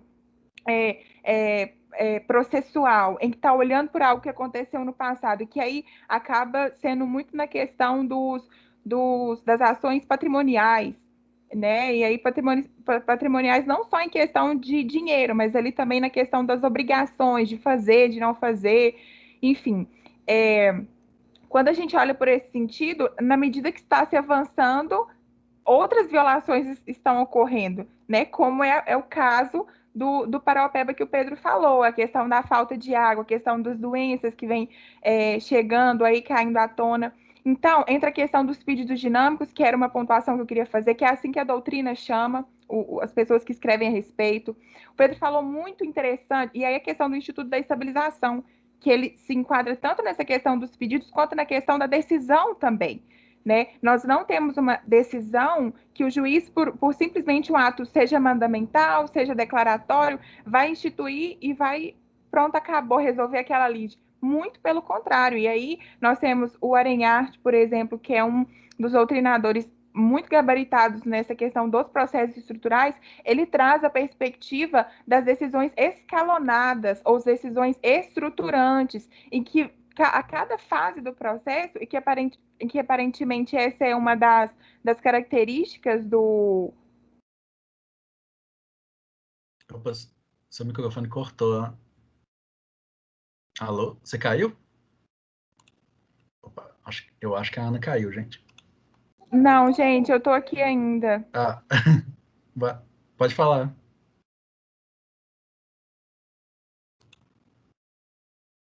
Você tá mudo no seu microfone. Gente, peraí, voltei. Hum, Voltei. Enfim, então, como eu estava falando, a questão das decisões estruturantes, das decisões escalonadas, em que a cada pedido que vem se entrando e a cada perspectiva que o juiz também vai atendo, né? Porque quando a gente fala, o Pedro pontuou a questão da relação não binária, relação adversarial. Não se tem uma relação adversarial quando se trata de processos complexos, quando se trata de processos coletivos, estruturais, me perdoe. Então, essa questão da cooperação, ela está muito, muito atenta entre os próprios sujeitos que estão envolvidos naquele processo. E aí a gente fala tanto dos sujeitos judiciais, né, das instituições de justiça, e aí é o judiciário, e aí é a Defensoria Pública, e aí é o Ministério Público, é as procuradorias também representando aí a União, o Estado, enfim, mas também os sujeitos que estão por trás, que aí entra as ATIs, que aí entra toda a comunidade atingida, que tem essa relação de cooperação com as próprias leis que a gente possa levar. E aí, que entra Ana, nessa acho que questão da acho cooperação, que simplesmente cortou uma um pouquinho. figura ali de uma... Até Cortou um pouquinho onde sua você fala. me ouviu? Não só essa última frase mesmo. A última frase foi assimétrico julgador, da figura do juiz como assimétrico julgador? Uhum, isso. Sim. Então, do juiz não estar se portando como um assimétrico julgador, de ficar ali simplesmente na sua carteira de conforto, esperando com que as coisas venham. Ele também tem que ter essa proatividade do enxergar, do estar ali, né, estimulando gente em relação a isso, em relação àquilo, que nos processos coletivos que a gente vem vendo, às vezes isso não acontece tanto, mas que é uma luta e essa provocação de estudar mesmo a questão dos processos coletivos, até mesmo analisando a potencialidade desse processo, que vai ser uma das coisas que a gente ainda vai falar, seja nesse encontro ou seja nos próximos. Então, as instituições, todos os sujeitos que, às vezes, abrir mão de prerrogativas que eram deles, né, para poder passar para o outro. E o Ministério Público, por exemplo, e a Defensoria Pública, eu acho que é o exemplo mais claro que se pode dar. Janaína do NACAB está aí para falar, Pedro também. Muitas vezes as ATIs fazendo papel e assumindo atribuições que seriam pura e exclusivamente deles. Uhum. Então, são essas as considerações que eu queria E fazer. isso pode ser bom ou ruim, né? Porque a gente vai só falar quando a gente falar mais um pouquinho dos casos, né? De fato, o juiz, às vezes, ele fica tentando chegar num acordo e acaba nivelando as coisas por baixo, né? Porque ele fala, ao invés de tomar uma decisão clara e expressa, né? Ele foi falando, não, vou dar prazo, eu vou dar um mês de prazo para as pessoas, para as partes decidirem, né? O Ministério Público negocia e com a Vale fazendo um acordo, né? Então, de fato, esse processo precisa ser resolvido por meio de acordo, mas ao mesmo tempo, né, muitas vezes faz com que a empresa fique ganhando prazo, negociando sem resolver, e as pessoas ficam sem água, por exemplo, né? Porque o juiz não toma uma decisão, porque ele fica tentando resolver as coisas de forma negociada, né? E o contrário também, né? Às vezes o juiz intervém muito numa ação, num processo. O caso de Mariano é muito claro isso também. Quer dizer, quando foi feito um acordo, né, e para ser homologado, o juiz não simplesmente se contentou em homologar o acordo, mas ele fez, né, acrescentou cláusulas no acordo. A gente vai ver isso mais para frente. Né, o que foi, eu acho que foi um absurdo, porque ele inclusive colocou cláusulas limitando o trabalho das assessorias técnicas, né? Para vocês terem ideia, né, cláusulas que não estavam no acordo do Ministério Público com a Vale, né, o juiz determinou, por exemplo, uma cláusula a mais dizendo: as assessorias técnicas não podem estar ligadas a nenhum movimento social nem entidade religiosa. Né? E aí é um grande problema, né? Porque, por exemplo, a gente vê muitas vezes, né, grupos aí de assessorias técnicas ligados a grupos religiosos, por exemplo, com a diocese, né? E o fato de estar ligado a um grupo religioso ou a um movimento social, né? A gente vê, por exemplo, a EDAS, né, que tem uma relação com o MAB, né? Que é o Movimento de Atingir de Barragem, não necessariamente vai deslegitimar, né, essa entidade. Pelo contrário, muitas vezes essa entidade, inclusive, os atingidos escolhem essa entidade por causa disso, pelo fato de ela fazer parte de um movimento social organizado, que faz com que tenha mais capilaridade, mais representatividade social. Né? Então, é um problema, às vezes, essa participação ativa do juiz, né, indo além do que as partes estão fazendo, mas, ao mesmo tempo, também pode ser um problema o juiz não intervir em nada e só deixar as partes negociarem. Né? Então, a gente vai ver esses dois problemas aí mais para frente. Abordar um pouquinho, gente, os conceitos, né, de processo estrutural. Então, aí, trazendo um outro autor, né, o Fred Didier, ele vai trazer esse conceito aqui. Né? O litígio estrutural, né, o problema estrutural, ele vai classificar como a existência de um estado de desconformidade estruturada, né? Uma situação de ilicitude contínua e permanente. Para mim, né, é aquilo que a gente viu na ação do estado de coisas inconstitucional. Né? Não é uma lei ou um ato normativo que é inconstitucional, mas é um estado de coisas de ilicitude ou de violação permanente. Né? Ou uma situação de desconformidade, né, ainda que não propriamente ilícita, no sentido de ser uma situação que não corresponde ao estado de coisas considerado ideal. Como quer que seja, o problema estrutural se configura a partir de um estado de coisas que necessita de reorganização ou de reestruturação. Né? E aqui, talvez, uma crítica, né, para dizer se será que esses processos, né, não são realmente estruturantes, né? Porque, de fato, existe uma situação de desconformidade estrutural no caso das barragens, né? Barragens que usam técnicas que não são seguras, né? Por exemplo, o alteamento a montante, né? Barragens que o modelo de exploração minerária no Brasil, que é um modelo, né, que basicamente traz desastres, né? Um modelo desastroso pela própria natureza, né? É um modelo que não respeita os direitos das comunidades, né? O direito de participação das comunidades, né? Então, existe um problema estruturante, né, na questão minerária brasileira. Agora, será que esses processos realmente eles vão conseguir fazer algum tipo de mudança social, né? E aí fica a grande pergunta, né? Porque, beleza, aí eles vão fazer um tipo de processo, né? Só que corre o risco, né, deles se resumirem a um mero pagamento de indenização. Né? Chega lá a Vale, né, paga indenização para as pessoas e pronto, acaba o processo. Realmente ele mudou alguma coisa? E aí eu tenho minhas dúvidas se esse processo realmente vai mudar, né? Porque, de fato, pagar a indenização, a reparação, não quer dizer que o problema está resolvido, né? Até mesmo recuperar um ambiente que foi degradado, que é uma coisa que não está sendo feita, né? A gente vê lá em Mariana até hoje, né, as ações de recuperação ambiental são muito tímidas, né? Mesmo que, digamos, recuperasse o ambiente, e daí, né? Vai mudar as coisas, né?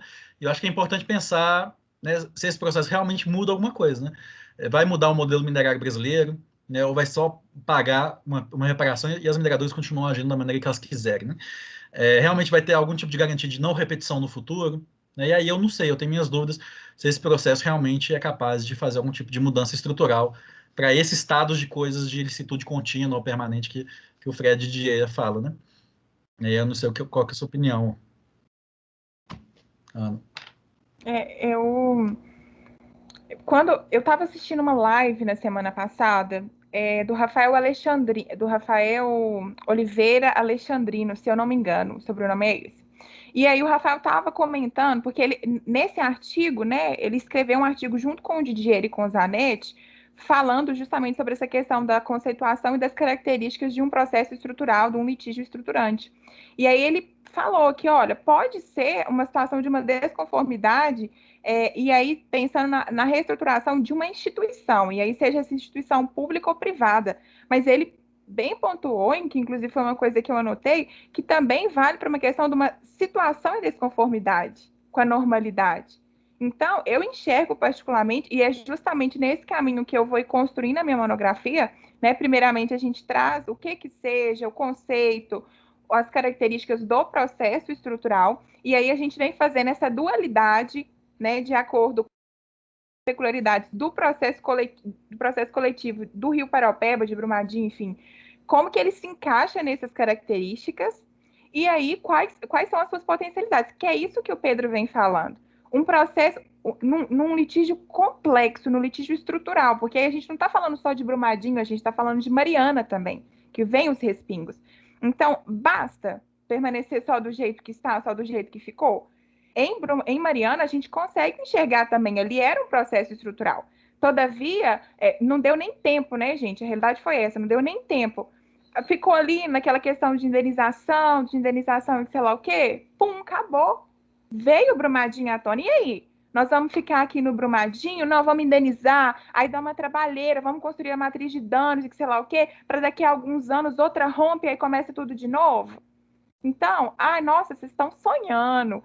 Sim, gente, né? Mas o mundo acadêmico é justamente para sonhar mesmo, para a gente levantar as críticas, para a gente tentar demonstrar de alguma forma que há possibilidade e que aí é onde vem essa questão das potencialidades, né? Não é estruturar, não é mudar, enfim, a questão da arquitetura minerária no estado de Minas Gerais como um todo, mas é começar a haver alguns tipos de mudança que é necessário, né? E que o estado inteiro pugna por isso, né? Não tem como a gente falar assim, não vai ter mais mineração, nossa, pelo amor de Deus, porque é um meio de subsistência do Estado também, a gente vê por toda a influência.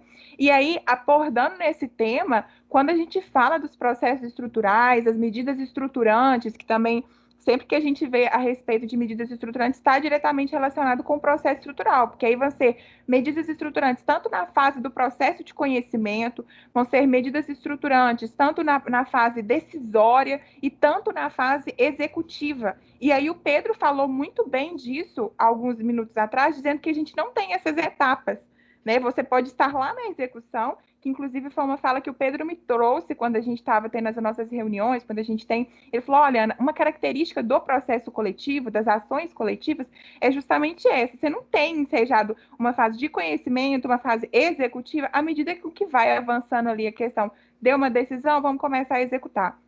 Mas isso fica muito mais claro quando se trata de litígios complexos. E aí, por que eu estou dizendo isso? Porque quando nós estamos falando de processos estruturais, a questão do ativismo judicial ele vem muito à tona, né? É o quê? É o judiciário. E quando a gente vai trabalhar na questão das origens do processo estrutural, que é inclusive eu citei lá no meu projeto, no referencial teórico, depois, se vocês quiserem dar uma olhada, tem um caso muito famoso norte-americano de uma menina negra, e aí vou até abordar outro tema aqui rapidinho, Pedro, para te passar a bola. É, que quando a gente pensa em processos estruturais, aqui nós estamos abarcando no sentido dos processos estruturais derivando de processos coletivos, ações coletivas. Todavia, o processo estrutural ele não tem esse link necessário, esse link obrigatório. Os processos estruturais eles podem advir de um processo individual, né? O caso origem, que aí todos os doutrinadores que eu venho lendo, eles partem dessa premissa, desse caso, é um caso que aconteceu nos Estados Unidos, em que havia aquela situação do separate but equal, né, em que haviam escolas específicas para negros e escolas específicas para brancos, apesar de que a Constituição americana dizia que era igualdade para todos os americanos, enfim. E aí, uma criança, né, os pais dessa criança uma criança negra, ajuizou uma ação para que ela tivesse direito a acessar uma escola para brancos que estava próxima à sua casa. E aí, a corte americana, o que ela fez? Ela deu essa decisão, mas ela não deu essa decisão simplesmente, está aqui permitido, você pode. Houve toda uma reestruturação política para que as escolas, as crianças, os professores estivessem adaptados a receber uma criança negra na sua escola, sem que ela sofresse qualquer tipo de discriminação. Olha que interessante. E esse que é o ponto. Oi, Pedro. Não, Tá, pode tá. falar. Eu achei que você tinha falado alguma coisa. Então, e isso fica muito claro na questão do litígio de Brumadinho, do Paraopeba também.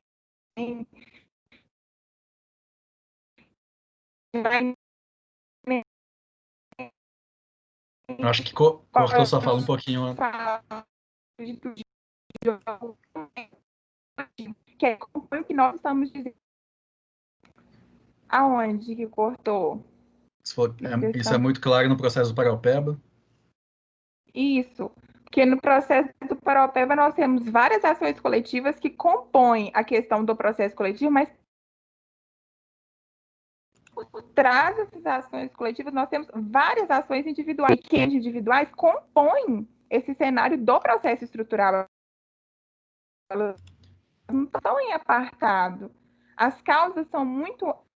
nós conseguimos observar que o próprio judiciário ele está...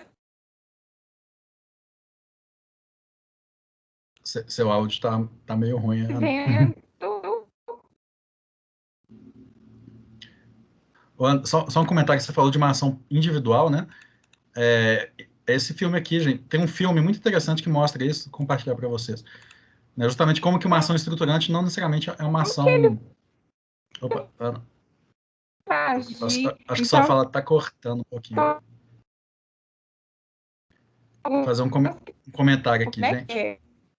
Alô, Ana? Acho que sua fala cortou. Esse filme aqui, gente... Tô aqui, justamente... eu só fechei meu microfone mesmo. Ah, tá.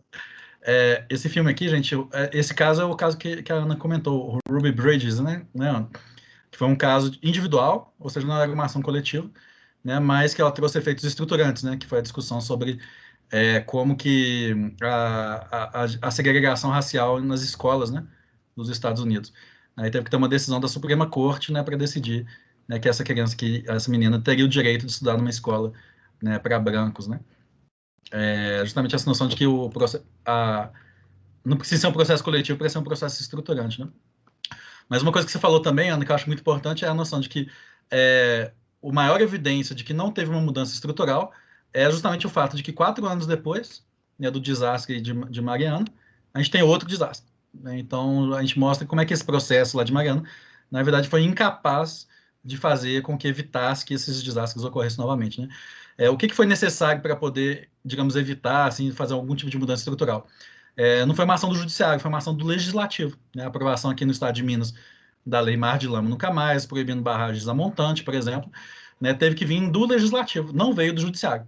Né? O judiciário estava lá preocupado lá com pagamento de auxílio, pagamento de indenização, reparação na matriz de danos, né? E não se preocupou com a mudança estrutural do modelo minerário no estado de Minas. Tanto que outro desastre voltou a ocorrer.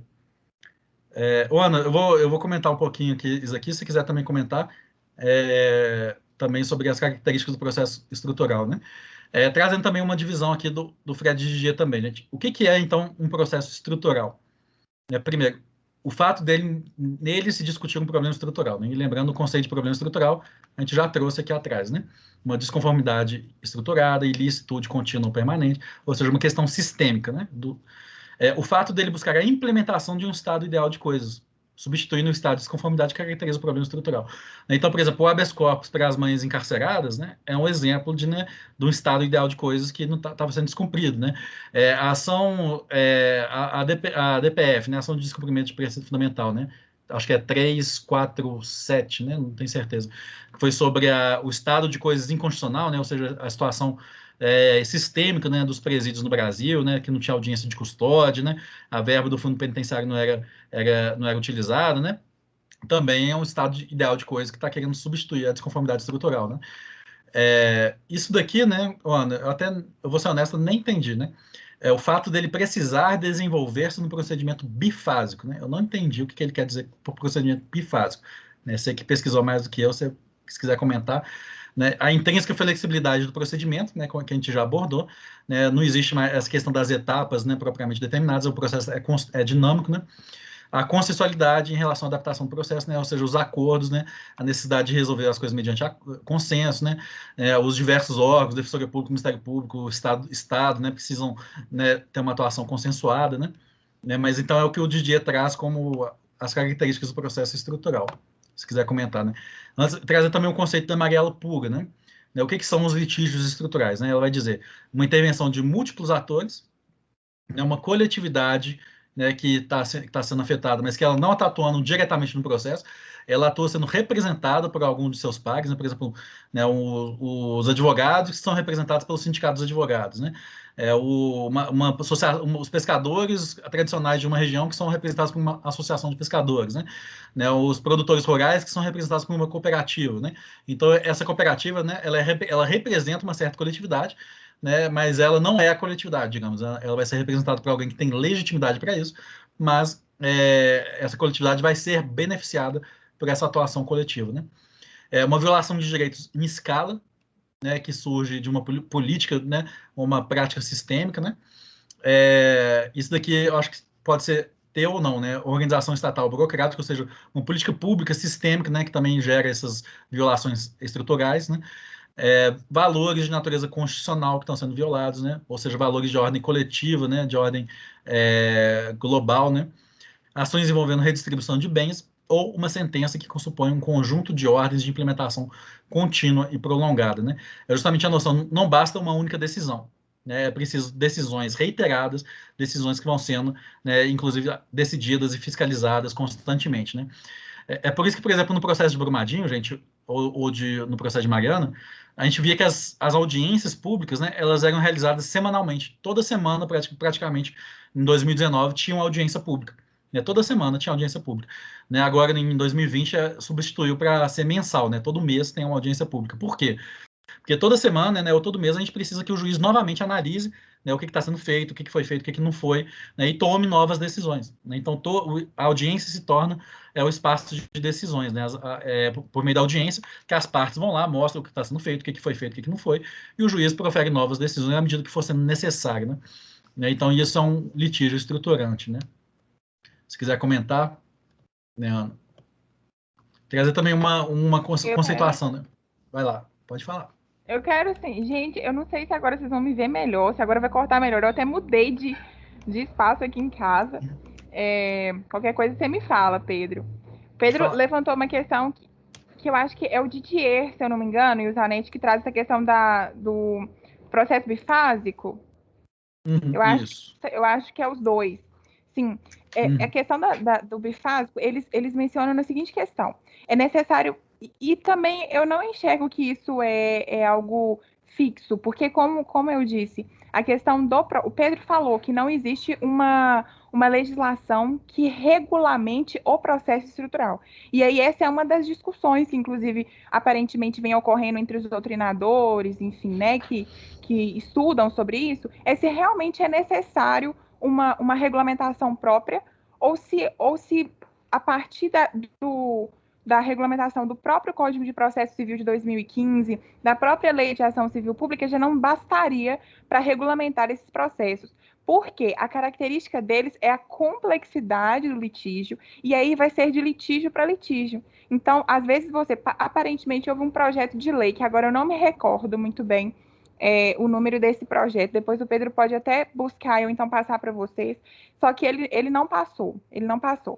E ocorreria um risco de se regulamentar, é o que eles dizem, né? De se regulamentar uma questão, ensejar aí, engessar, melhor dizendo, né? Para um processo que, na realidade, ele vai ter que se adaptar a cada litígio que for vir acontecendo. Na questão do bifásico, Pedro, é porque eles dizem o seguinte: a primeira fase seria uma decisão que vai cobrar um grau de desconformidade. Cortou? Corta um pouquinho. Mas a primeira decisão vai trazer um grau de desconformidade. A primeira fase seria uma decisão, seria aquela fase em que uma decisão seria dada, identificando esse litígio complexo, identificando essa desconformidade que existe, seja numa instituição, seja uma desconformidade numa situação. E a segunda fase, que seria, de fato, toda essa implementação desse processo estrutural, né, que aí seriam as medidas estruturantes, que aí seria, nessa segunda fase, também haveria uma fase de conhecimento, também haveria decisões sendo dadas, né, sendo proferidas aí no avançar daquilo que fosse identificado. Então, é nesse sentido que eles falam. Entendi. É muito exatamente o que a gente percebe no caso do Rio Paraupeba, né? Então, o processo, né, gente, teve o desastre aí em janeiro, né? E em julho, né, 6 meses depois, né, depois que foram abertas as ações civis públicas, o juiz já condenou a Vale. Ele falou: a Vale é responsável por todos os danos que ocorreram, né, e deve reparar eles. Digamos, foi uma decisão condenatória já em julho do ano passado. Mas daí, quer dizer que as pessoas receberam dinheiro? Não. As pessoas tá tendo a medida de reparação? Não. Né? Na verdade, o juiz só reconheceu a existência, né, do problema e imputou a responsabilidade à Vale. Agora, digamos, seria essa segunda fase, né, Ana? Agora está quantificando o dano, está sabendo o que precisa ser feito para reparar, né? Então, apesar da gente, digamos, já ter uma sentença, né? Digamos, não existe sentença, né? Porque essa questão não funciona dessa forma no processo coletivo, né? De sentença e execução, né? Mas, basicamente, já teve o reconhecimento da responsabilidade, mas continua tendo audiência de instrução, audiência, né, de processo de conhecimento, né? Então, acaba que eu até acho meio estranho. Por que teve essa condenação se, na verdade, não impactou em nada no resultado final, né? Mas, de fato, houve essa primeira fase no qual o juiz reconheceu a existência do problema e agora a gente está analisando as medidas para poder garantir a reparação, né? Eu acho que talvez seja isso, né? O que a gente viu no processo Sim. concreto, né? Eu entendo. Eu acho que quando a gente estuda a questão dos conceitos e das características do processo estrutural, aí o papel a ser feito depois é você pegar um caso mesmo. Tem vários casos aí que eles pegam como exemplo. Quando a gente lê os artigos muito relacionados a respeito disso, na academia.edu também tem vários a respeito. A gente vai vendo que, assim, você vai adaptando mesmo. Não vai ser assim, isso se enquadra naquilo, mas você vai conseguindo enxergar e amoldar nesse conceito geral que eles nos apresentam, nessas características gerais.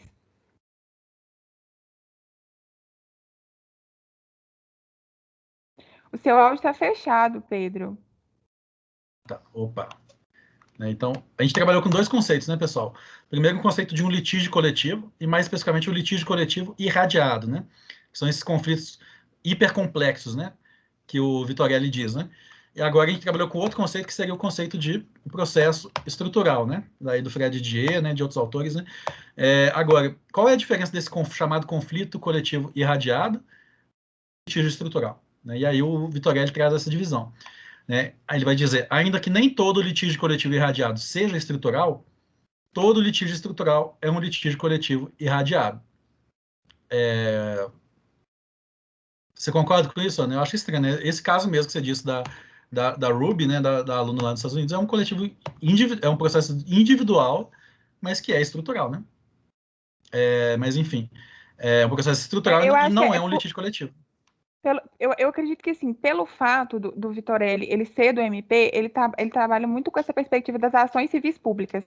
Então, dos materiais que eu li dele até então, ele trabalha muito sobre essa perspectiva da coletividade, né? Assimilando a questão do processo estrutural, do litígio estrutural, a litígios coletivos. Todavia, aí vem novos escritores, enfim, que respeitam e que partem das ideias dele, mas que apresentam essa questão. Olha, não é só processos coletivos, também litígios individuais estão relacionados, né?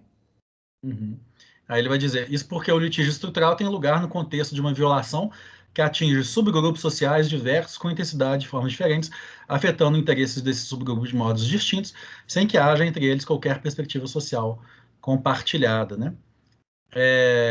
Eu acho que isso aqui está meio contraditório com o que ele mesmo classifica, né, como litígio estrutural, né?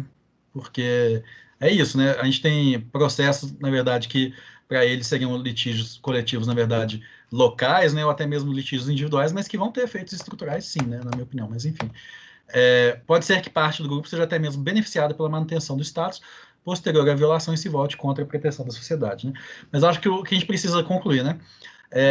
Que processo coletivo e processo estrutural são coisas diferentes, né?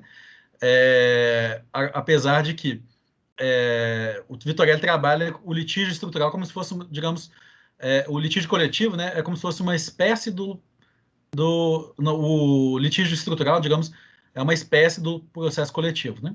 Então, tem processos coletivos, né, ele vai dizer que o processo estrutural é uma espécie de processos coletivos, né? Então, tem processos coletivos que são locais, globais e irradiados, né? E dentro dos processos irradiados, eu vou ter alguns tipos de processos que são estruturais, né? Essa seria, digamos, a divisão do Vitorelli. Ou seja, nem todo processo coletivo irradiado é um processo estrutural.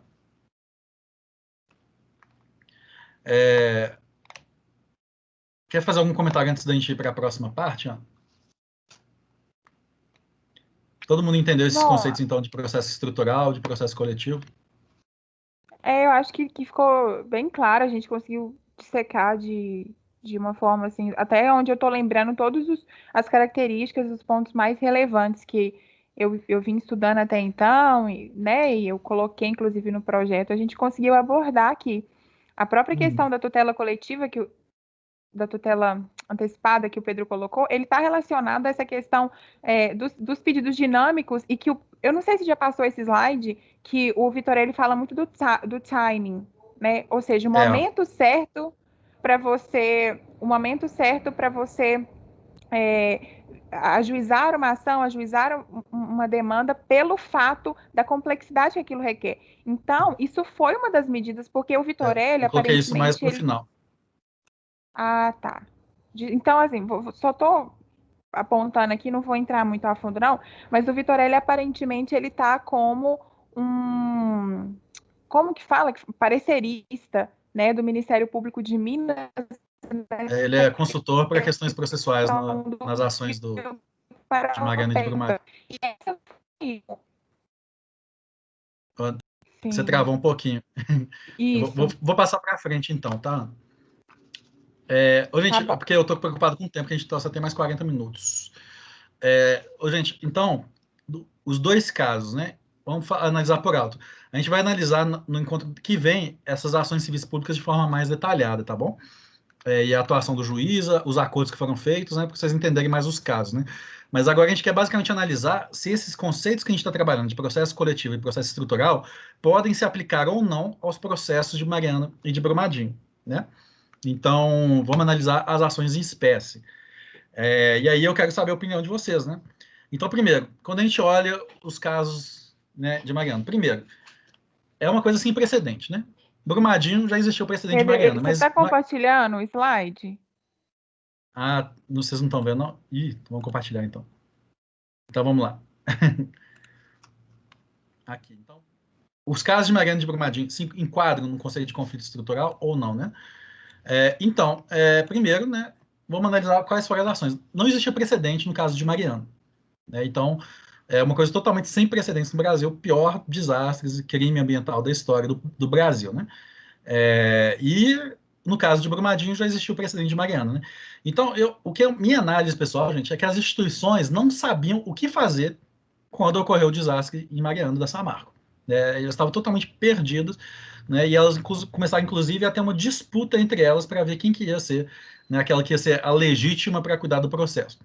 Então, o que acontece? Logo em seguida que ocorreu o desastre, né, o Ministério Público Estadual de Minas Gerais, mais especificamente a promotoria lá de Mariana, né, começou a ajuizar a ação civil pública, né, medida cautelar, começou a entrar com um monte de ação. Depois a União entrou com a ação, o Estado de Minas Gerais entrou com a ação, aí o Ministério Público do Espírito Santo entrou com a ação, o MPF entrou com a ação. Então, são dezenas de ações. Eu trouxe aqui, eu mapeei achei só do Ministério Público Estadual 12 ações civis públicas, né? Sem contar as ações do MPF, que civis e criminais, né? Então, são dezenas de ação. Nem coloquei aqui também as ações trabalhistas, tá, gente? Que também teve ação da Justiça do Trabalho, né? Porque os trabalhadores que morreram eram terceirizados aí da Samarco. Né? Então, também teve ação na Justiça do Trabalho, na Justiça Estadual, na Justiça Federal, né? Enfim, né? É uma loucura o que ocorreu aqui. E, de fato, não existia coordenação entre essas instituições. Elas acabavam brigando entre si para ver quem seria o quê? Quem teria o protagonismo da legitimidade. E aí um problema do nosso sistema brasileiro, né? A gente é um Estado federado, então a gente tem a União, a gente tem os estados, os entes federados. Então, além da União, a gente tem o Estado do Espírito Santo, o Estado de Minas Gerais. Outro problema, por que isso foi federalizado? Porque o Rio Doce é um rio federal. Eu não sei se você sabe, né? Na nossa Constituição, ela define que os rios que atravessam mais de um estado são rios da União, né? De domínio da União. Então, envolvia não só os estados nos quais o rio passa, mas também a própria União. né? Então, isso traz uma série de órgãos diferentes, porque a gente não tem você sabe, né? A gente não tem órgãos unificados, né? Não existe uma Defensoria Pública Nacional, não existe um Ministério Público Nacional, né? A gente tem os Ministérios Públicos de cada estado, o Ministério Público da União, e todos eles começaram a ajuizar ações, né? Então, esse foi o grande problema, né, do caso de Mariana, né? Todas as instituições tinham legitimidade, né? O Ministério Público Estadual tinha legitimidade para ajuizar a ação civil pública? Tinha. O federal também tinha. O estadual do Espírito Santo também tinha. A AGU tinha também. Todas elas eram legítimas, digamos, do ponto de vista legal, né? E elas começaram, então, a cumprir com aquilo que era, na verdade, a sua competência constitucional e começaram a ajuizar a ação. Qual é o problema? Isso foi feito de forma descoordenada. Inevitavelmente, então, a gente vai entrar no conflito de competência, né? Então, outra questão, além dessa briga por protagonismo de legitimidade, essas instituições, né, começaram a fazer ações o mais rápido possível, né? Então, por exemplo, a AGU, né, junto com o Estado de Minas Gerais e o Estado do Espírito Santo, né, entrou com uma ação, né, pedindo para a Vale reparar todos os danos que ocorreram, né? Mas essa ação foi ajuizada muito rapidamente, né, e fez um pedido muito genérico. Não falou como que essas ações deveriam, como que a Vale deveria e a Samarco deveriam reparar esse dano. Não especificou, não falou quais medidas deveriam ser tomadas, somente fez um pedido genérico, né, e isso também não resolve problema nenhum, porque o juiz não sabe o que fazer. Aí vai ter que ser feito o quê? Vai ter que ser feito uma investigação para saber quais foram os danos, para saber o que deve ser feito para reparar, né? Então, outro problema, né? Muitas ações ao mesmo tempo, né? Ações genéricas, ações que não especificavam como que deveria ser feita a reparação, né? E um verdadeiro imbróglio, então, judicial, né, que gerou conflito de competência, né? Então, a Justiça Federal teve que decidir um conflito de competência para saber qual vara federal que deveria julgar, né? E foi definida aí a 12ª Vara Federal de Belo Horizonte, né, que, na minha opinião, não era uma boa vara para julgar o caso, né? Depois a gente pode abordar mais especificamente quais são os problemas da vara, na minha opinião, né? O STJ, na minha opinião, como professor, tá bom, gente? Deixando claro que é a minha opinião acadêmica aqui. Também teve que ser levado isso para o Superior Tribunal de Justiça, então um conflito de competência, né, para definir quem que ia ser, né, o órgão legítimo. Acabou, então, caindo aqui para a 12ª Vara Federal de Belo Horizonte, né? Poderia ser outro? Poderia. Né? Por quê? Porque tinha ações tanto no Espírito Santo quanto em Minas Gerais, né? Poderia ser a Justiça Estadual ou a Justiça Federal, e sabendo que tanto a Justiça Estadual quanto a Federal tem sede em Belo Horizonte, né? Então, quanto no Espírito Santo, então a gente tem a seção judiciária do Espírito Santo, né? A gente tem a seção judiciária, né, de Minas Gerais, né? Então, poderia ser mais de um tribunal regional federal diferente, né? Acabou sendo levado para a Vara Federal de Belo Horizonte. Por quê? Porque ela estava julgando já algumas ações. Então, basicamente, foi o critério da prevenção. Falou, ela estava julgando primeiro, manda tudo para ela. O que eu não sei se é a melhor decisão possível, né? Mas, então, basicamente, é uma breve análise, assim, dos casos, né? E como foi resolvido esse conflito de competência, né? O Código de Defesa do Consumidor, né, que é o que regula, né, esse que a gente chama de o sistema, do microsistema de tutela coletiva, né? Ele diz que, né, que essas ações coletivas vão ser ajuizadas assim, no lugar onde ocorreu o dano, no foro da capital do estado, com nos danos de âmbito nacional ou regional, né? Então, nesse caso, se é um conflito federal, talvez devesse ser a vara do Distrito Federal, né? A seção judiciária do Distrito Federal. Não foi, né? Foi a vara de Belo Horizonte. Além disso, né, teve essa questão da conexão, né, que foi justamente o que o Superior Tribunal de Justiça decidiu. Entendeu que as causas tinham conexão. Né? Por quê? Porque elas tinham em comum o pedido e a causa de pedir. Qual que era o pedido? Reparação integral. Causa de pedir, desastre praticado pela Samarco. Né? E o juiz, então, lá do Superior Tribunal de Justiça, falou, né, já que as causas têm conexão, vamos mandar para a primeira vara que estava julgando, né, esse processo, que era a Vara Federal, 12ª Vara Federal, da Seção Judiciária de Belo Horizonte. Né? Essa foi a decisão do Superior Tribunal de Justiça. Né? Então, entendeu que existia uma ação pré-existente, né, com um escopo mais amplo lá na 12ª Vara, né, em Belo Horizonte, né, logo, né, mandou esse juízo julgar todas as vagas relativas a todas as ações relativas ao problema do desastre de Mariana. Né? No entanto, essa decisão aqui, gente, foi uma decisão um pouco conciliadora. Por quê? Ela entendeu que as causas de escopo amplo seriam julgadas pela Seção Judiciária de Belo Horizonte, mas as causas de escopo local poderiam ser julgadas pela Justiça local, né? Ou seja, o foro onde ocorreu o dano. Então, questões mais simples, né? Por exemplo, uma ação ajuizada por um município. Né? Então, o município lá de redenção vai lá e ajuiza uma ação.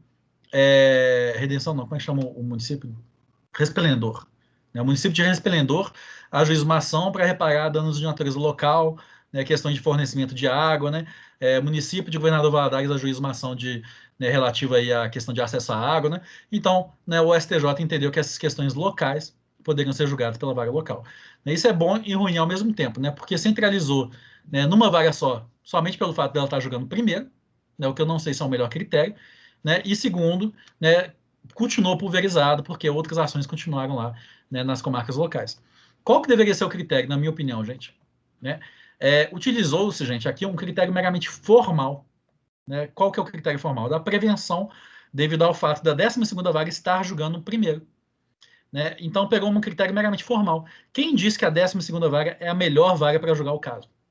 Então, aqui, o que deveria ter, gente? Deveria ter um critério material, né? Que é o quê? Qual que é a vara mais adequada para julgar os interesses materiais, os direitos que foram violados. Né? Não basta, né? Para mim, não deveria bastar só falar assim, ela estava julgando primeiro, logo manda tudo para ela. Né? A gente tem que analisar que, de fato, qual que é a vara que vai poder atender de forma mais adequada, né, os interesses e os direitos que foram violados dos atingidos. Né? E aí, não foi o que ocorreu aqui no caso, né? Decidiu-se, então, né, que seria julgado pela 12ª Vara Federal, a não ser, né, que tivesse um interesse local. Né? O que a gente pode analisar disso, gente? Primeiro, né, foi um erro, né, isso que foi feito, de ajuizar um monte de ação ao mesmo tempo. Né? As instituições de justiça deveriam fazer o quê quando ocorre esse tipo de desastre de grande magnitude? Elas deveriam articular entre elas, ao invés de ajuizar dezenas de ações civis públicas ao mesmo tempo, em diversos lugares diferentes ao mesmo tempo, elas deveriam analisar qual é o melhor lugar possível para a gente ajuizar essa ação. Né? Qual é a melhor juízo, né? O juízo que vai ter a melhor capacidade de julgar esse caso. É a seção judiciária de Belo Horizonte mesmo? Ou é outra seção judiciária? Né? E elas deveriam, então, ajuizar de forma conjunta, né, a ação perante um juízo só. Né? Tendo em vista não uma questão meramente formalista, né, de qual é que vai julgar primeiro, né, e vamos ajuizar o processo rápido, então, para a gente poder saber, ter a legitimidade desse processo aqui para a gente, né, mas sim entrar de forma coletiva, para saber qual é a melhor ação possível. Né? Então, isso não foi feito aqui no caso. Então, quer fazer um comentário? Alguém que gostaria de comentar, né? Então, qualquer coisa, só abrir o microfone aí, Ana. Então, a gente viu aqui que teve a segunda promotoria da comarca de Mariana, ela começou a ajuizar uma série de ações de cautelares, né? De tutela antecipada e cautelar. Né? Primeiro, uma indenização antecipada para os atingidos, ressarcimento por custos de aluguel, porque, lembrando, as pessoas foram deslocadas. Elas moravam em Bento Rodrigues, tiveram que sair de Bento Rodrigues e ir para Mariana. Como que elas vão pagar o aluguel? Então, a promotoria entrou com essa ação, entrou com ações de medidas assistenciais, né? Aluguel, questão de vale transporte, enfim, uma série de medidas assistenciais para pagamento para essas pessoas, né? Essas foram as primeiras ações ajuizadas, né? Mas vejam que essas primeiras ações cautelares da promotoria de Mariana, né? Inclusive o promotor é o Guilherme Meneguin, né? É um promotor, inclusive, bastante proativo, né? Ele ajuizou essas ações de maneira bem rápida, né? O que eu acho que foi uma coisa boa, em certa medida, né? Que eram ações cautelares, né? Urgentes, né? Mas ele não pedia a reparação integral dos danos, né? Ele pedia basicamente o pagamento de medidas emergenciais, né? Então, formação rápida talvez poderia ser criticado pelo fato de ter sido ajuizado de maneira independente, né? Não foi articulado com outras instituições de justiça, mas de fato, talvez pela urgência, né? Essas ações sejam totalmente justificáveis, né? Agora, teve a ação civil pública que foi de fato a primeira ação civil pública pedindo a reparação integral do dano. Aí foi feito em novembro, né, de 2015, logo depois do desastre aí então, né, pessoal. Teve uma ação civil pública, então, da União, do Estado de Minas Gerais e do Estado do Espírito Santo. O que vocês acham que a gente poderia criticar aqui nessa ação, pessoal? Essa ação pedia a reparação toda do dano, né, ela tinha 90 páginas, somente 23 páginas de fato falavam dos fatos, né, pediu um plano global de recuperação, não especifica o que deveria ser, né, e o valor da ação tinha 20 bilhões de reais. Né, o que vocês poderiam criticar, Ana? Você tem alguma coisa para criticar nessa ação, que foi ajuizada logo depois do desastre? Olha, Pedro, dos estudos que eu venho fazendo até então, que assim, de fato, a questão de Mariana, que envolve essa marca, não é o meu objeto de estudo, mas eu acho que por ser muito similar, eu posso fazer essa crítica também, que é a questão dos fatos, e que aí você já induz isso, né? Apenas 23 páginas falando sobre os fatos, que eu acredito, e eu já vi críticas quanto a isso, que em ações nesse sentido, os fatos têm que ser mais destrinchados, eles têm que se deitarem mais. E a questão, eu não sei se seria uma crítica, as considerações que eu estou fazendo, né? Mas a questão do plano global de recuperação, eles não especificaram que seria necessário para tanto, mas esse plano global, eu acredito que ele vai vir sendo construído no próprio avançar do processo, da ação, da lead. O que você acha? Porque o plano É, é algo que está muito relacionado, né, com essa questão de processos nesse sentido, estruturais, complexos, coletivos, enfim. uhum. Isso é justamente o que caracteriza isso aqui como uma ação talvez estrutural, né? Ao contrário da primeira, né? Eu acho que eles deveriam ter especificado mais as obrigações da empresa para reparação, né? Porque, beleza, condena ela a fazer um plano global e depois a gente vê o que a gente faz nele, né? Mas assim, mas talvez foi eles entraram com uma ação tão rápido, mas tão rápido, né? Que na verdade não teve como especificar o pedido, né? A gente não sabia o que precisaria ser feito para recuperar. A gente nem sabia o que tinha ocorrido, né? De fato, né? A gente nem lembra, não sei, eu não estou aqui com a minha linha do tempo, né? Mas vocês lembram do primeiro encontro que a gente teve, a linha do tempo, né? Aqui em novembro, gente, eu acho que a lama não tinha nem chegado no mar ainda. A lama ainda estava percorrendo o Rio Doce. Ninguém sabia o que de fato ia ser o impacto, né? Os peixes ainda não tinham morrido de forma massiva, né? A gente ainda estava avaliando o que tinha ocorrido. Então, na verdade, ninguém sabia muito bem o que ia ser feito. Mas, de qualquer forma, beleza. De fato, no processo coletivo, a gente poderia estabelecer isso posteriormente, né? Mas eu acho assim, primeiro, né? A primeira crítica que eu faria é que essa ação foi feita somente pelo executivo, né? Pelos órgãos processuais do executivo, sendo que, como a gente viu, existe uma série de outros legitimados aqui, né? Então, o fato deles ajuizarem essa ação primeiro, né? Sem o Ministério Público, sem a Defensoria Pública, já é um grande problema, porque, né, com certeza o Ministério Público deveria participar das negociações sobre uma ação dessa natureza, né? Porque ele também é legitimado. O que isso fez? Fez com que, né, o Ministério Público ajuizasse a ação dele depois, né? Então, esse é um primeiro problema, né? Isso ser feito de forma unilateral pelo Executivo. E segundo, gente, o Executivo, não sei se vocês lembram do nosso, acho que não foi nosso segundo, não foi nosso encontro sobre licenciamento, né? Vocês lembram dele? Quando a gente debateu o licenciamento da barragem de Mariana, de Fundão? Vocês lembram os problemas todos da gente viu, né, do licenciamento dessa barragem, o problema lá das licenças serem dadas de forma monocrática pelo gabinete do subprocurador, né, da Fundação Estadual de Meio Ambiente, lembra? Todo o problema dos atropelos, né, aqui no estado de Minas Gerais, ou seja, o estado de Minas Gerais, gente, ele deveria ser réu nessa ação, né, a meu ver, né? Ele é responsável solidariamente pelo que ocorreu, né, na minha opinião, né? Então ele vai e entra com uma ação sem o Ministério Público, né, pedindo então que a Vale recuperasse o ambiente, sem perceber que ele também era responsável solidariamente para recuperar esse ambiente, né? Então é como se o executivo estivesse falando, vamos entrar rápido com uma ação, né, para fazer um acordo para mandar a Vale recuperar tudo e tirar o nosso da reta, né? Basicamente isso, né?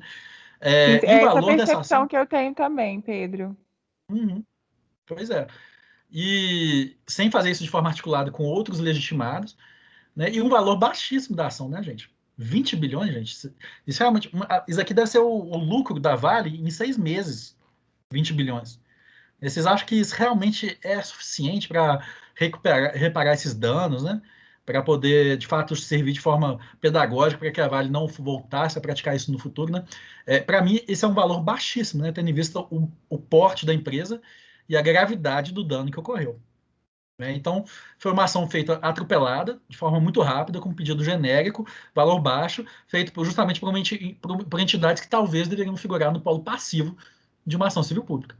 Né? Já que a gente viu, né, que com certeza o poder público foi responsável, o órgão licenciador foi responsável por esse licenciamento atropelado que foi feito da barragem de Fundão da Samarco. Né? A gente já viu isso na nossa aula de licenciamento. Né? E olha só, logo em seguida, né, alguns meses depois dessa ação ser ajuizada, né, em março, né, então imagina, olha só, foi em novembro, né, mas aí tem Natal, feriado, recesso, né, aí logo depois do Carnaval, ou seja, basicamente as coisas funcionam bem lenta aqui nesse período, né, ou seja, possivelmente não teve muito acordo negociado aqui para isso, já faz acordo para essa ação, Né? Então, essa ação que é ajuizada em novembro, né, alguns meses depois já tem um acordo. Né? Esse aqui é o chamado acordão da Samarco. Né? E aí, outro problema nesse acordo. Né? Olha só, esse acordo é o acordo que cria uma fundação supostamente independente, que nós sabemos que não é independente de fato, né? Que a Fundação Renova. Né? Um acordo, né, que com uma linguagem muito complexa, difícil das pessoas entenderem, e primeiro, não teve a participação das pessoas, né? Os atingidos, né, não participaram, ou seja, não teve a TI participando aqui, os atingidos não participaram, a comissão de atingidos não participou, o Ministério Público não participou, ou seja, aqueles que vão defender o interesse coletivo de fato, não participaram. Né? Então, aqueles que são os legitimados para defender o interesse das pessoas atingidas não participaram desse acordo. Foi um acordo a portas fechadas entre a União, o Estado e a Renova, né? Ou seja, entre aqueles que são justamente, na minha opinião, os responsáveis pelo dano, né? Aqueles que talvez deveriam figurar no réu dessa ação. E esse acordo tem uma série de problemas, olha só. Ele prevê valores máximos de desembolso da fundação. Então, a Fundação Renova ia gastar tantos por ano, e o acordo falava, não, a fundação não pode gastar mais do que isso. Olha só, um acordo extremamente benéfico, então, para a Renova e para a Vale. Além disso, ele incluía nesse valor máximo de desembolso, né, os valores pagos em ações de indenização individual e os valores pagos em sede de ações civis públicas. Olha que absurdo, né? Então, se a Fundação Renova tiver pago lá, sei lá, não sei quantos bilhões lá de indenização, pronto, ela não pode gastar mais nada aquele ano, só o ano seguinte. Né? Olha que absurdo. Os atingidos deveriam, então, esperar o ano seguinte, né? Porque já está no limite do acordo do que a Fundação Renova pode gastar. Obviamente, é uma cláusula benéfica para a Vale e para a Fundação Renova e para a Samarco. Né? Esse acordo atribuía a responsabilidade toda, né, para a Vale, para a Renova e para a BHP, né, e desconsiderava que o Estado de Minas Gerais e a União também são responsáveis, né, não só pelo desastre, pelas medidas de reparação, né, pelas medidas assistenciais também, emergenciais, mas também pelo próprio desastre, na minha opinião, pelas falhas e pelas omissões no processo de licenciamento. Ministério Público, Defensoria e atingidos não participaram da negociação. Né? Então, esses aqui são a série dos problemas que tinham nesse acordo. Tá? Então, vejam, gente, que isso é mais uma evidência da ação, do descompasso nas ações dessas instituições, né? Logo depois que o desastre ocorreu. Se tiver algum comentário também, Ana. Então, para mim, esse foi o problema. Né? Tanto que o Ministério Público Federal, logo em seguida, né, esse acordo é feito em março, né? Em maio, o Ministério Público Federal recorre, né? Consegue, algum tempo depois, uma liminar já para suspender. Né, e, de fato, o TRF toma uma decisão de mérito e, em agosto, anula, de fato, esse acordo. Né? Mas é uma coisa estranha, né? Porque o acordo ele foi anulado, né? Mas a Fundação Renova já tinha sido criada. E ela acabou continuando existindo e fazendo suas atividades de reparação, né, independentemente, né, do acordo já ter sido anulado. Né? Então, de fato, o acordo que foi feito não impediu a Fundação Renova de existir e continuar prestando atividades. Alguém tem algum comentário, alguma pergunta? Né? De fato, então, né, como essa primeira ação civil pública foi feita de forma totalmente descompassada, né, o Ministério Público Federal ajuiza uma outra ação. Né? Então, essa outra ação, também buscando a reparação integral, né, tinha um valor, então, de 155 bilhões de reais. Né? E aí teve a decisão do STJ, né, justamente essa que eu falei, né, mandando essas ações todas aí para a 12ª Vara Federal, que era a que estava analisando os primeiros casos já anteriormente. Vejam só a diferença de valor. Né? Enquanto aqui na ação da União e do Estado de Minas Gerais, o valor da ação era de 20 bilhões, né? Aqui, né, na ação do Ministério Público Federal, o valor era de 155 bilhões de reais. Então, um valor muito diferente. Né? E aí, de fato, né, demorou um pouco, né, mas esse TAC governança, então, teve que ser refeito, né? E foi feito, então, um novo acordo para saber como que ia funcionar as decisões tomadas pelas instituições de justiça, né, e pela Fundação Renova, para garantir, de fato, a participação dos atingidos. Né? Mas o que a gente percebe? Né? Somente aqui em 2018, que, de fato, a gente começa a ter uma atuação conjunta das instituições. Né? Até então, durante 2 anos aí, né, essas instituições todas estavam atuando de forma descompassada. Então, o Ministério Público ajudava a ação civil pública, o Ministério Público Estadual também, né, a Defensoria Pública também fazia a sujeição no acordo individual, o IBAMA e o ICMBio lá multando a Samarco, né, ou seja, uma série de instituições atuando de forma separada, né, até 2018. Com esse TAC, a governança começa a ter uma certa organização, né, da forma de atuação dessas instituições, né, mas, de fato, a gente percebe que até aqui, né, o que houve, de fato, foi um descompasso entre a atuação dessas organizações em geral. A gente ainda poderia trazer uma série de problemas desse TAC governança, né? Porque ele fica presumindo que a Fundação Renova seria, de fato, uma entidade neutra, né? Mas, de fato, a gente percebe que ela não é neutra, né? Eu acho um grande problema, né? A Fundação Renova é aquela que controla o pagamento de indenizações, o pagamento de auxílio, né? Por quê? Posteriormente, a gente percebe como que essa Fundação Renova, na verdade, está atuando por interesse da Vale, da Samarco e da DHP. Tanto que, por exemplo, agora esse ano de 2020, a Fundação Renova veio, chegou e mandou parar de pagar, né, o auxílio emergencial para os pescadores do Rio Doce. Por que a Fundação Renova que decide isso? Né? Por que deveria ser ela? Sendo que ela representa, de fato, os interesses da empresa. Né? Será que a Fundação Renova representa, de fato, o interesse, né, dos atingidos? Né? Então, ela, de fato, ela não é uma entidade neutra. Né? Tanto que o Ministério Público Federal teve que recorrer dessa ação aqui da Fundação Renova para poder mandar pagar de novo os auxílios emergenciais, né, para os atingidos. Né? Então, hoje a gente tem esse TAC governança que buscou, de fato, remediar um pouco esses problemas de organização aí, e de articulação entre as diferentes instituições, mas, de fato, ele, para mim, é tardio, né? Já houve um problema. Então, acho que a primeira lição que a gente pode tirar do caso aí da Samarco, né, no caso de Mariana, é justamente, né, o problema quando essas diferentes instituições ficam brigando para ver quem seria a instituição legítima. Então, isso se deu não só no âmbito do Ministério Público, da Defensoria Pública, né, do Estado, da União, mas do próprio Judiciário, né, já que a gente vê, por exemplo, problemas, né, das câmaras, né, do Tribunal de Justiça, né, brigando com as câmaras federais para ver quem que julgaria o caso. Né? Então, a segunda Câmara de Direito Público aí do Tribunal de Justiça querendo decidir os casos, né, e do outro lado as câmaras do TRF1 tentando decidir os casos, teve que ser de novo levado para o Superior Tribunal de Justiça também para decidir quem era o órgão legítimo. Né? Eu acho que a grande questão é que essas instituições todas estavam brigando por holofote, talvez, né? Para ser consideradas as instituições legítimas, né? Aqueles que detinham o protagonismo da ação, né? Ao invés de atuar de forma conjunta. O outro caso, gente, a gente percebe que já houve uma certa remediação desse problema. Né? Então, primeiro, né? A gente teve 3 grandes ações. Né? Então, aqui no caso da reparação civil, a gente teve uma ação do Estado de Minas Gerais, né, do Ministério Público de Meio Ambiente no âmbito ambiental e do Ministério Público de Minas Gerais no âmbito socioeconômico. Né? Essas são as 3 grandes ações civis públicas, eu até coloquei elas aqui. Né? Então, a do Estado de Minas Gerais, a do Ministério Público, aqui, olha só, para atuar em questões relativas aqui, não sei se está dando para ler, né? Defesa dos direitos humanos das pessoas atingidas, principalmente questões socioeconômicas, né? E aqui, defesa do meio ambiente. Então, de fato, a gente teve 3 ações civis públicas diferentes, né? Mas o objeto delas está muito bem delimitado, né? Em certa medida, né? Tem uns pontos de conflitos, né? Mas, de forma geral, né? O Estado de Minas Gerais está pedindo a reparação, né? A restituição dos gastos do Estado, né? Com as medidas emergenciais. Né? O Ministério Público de Minas Gerais se dividiu em 2 ações, né? Mas aqui uma delas vai atuar com as questões dos atingidos, especificamente, e a outra com as questões mais difusas, né? Da questão do proteção do meio ambiente do erário. Né? Então, a gente teve 3 ações, né? Mas a gente vê que, de fato, elas estão bem delimitadas sobre o objeto delas. Então, eu acho que houve um certo consenso, né? Uma certa articulação entre as instituições para poder saber quais que seriam as ações que iam ser ajuizadas. Né?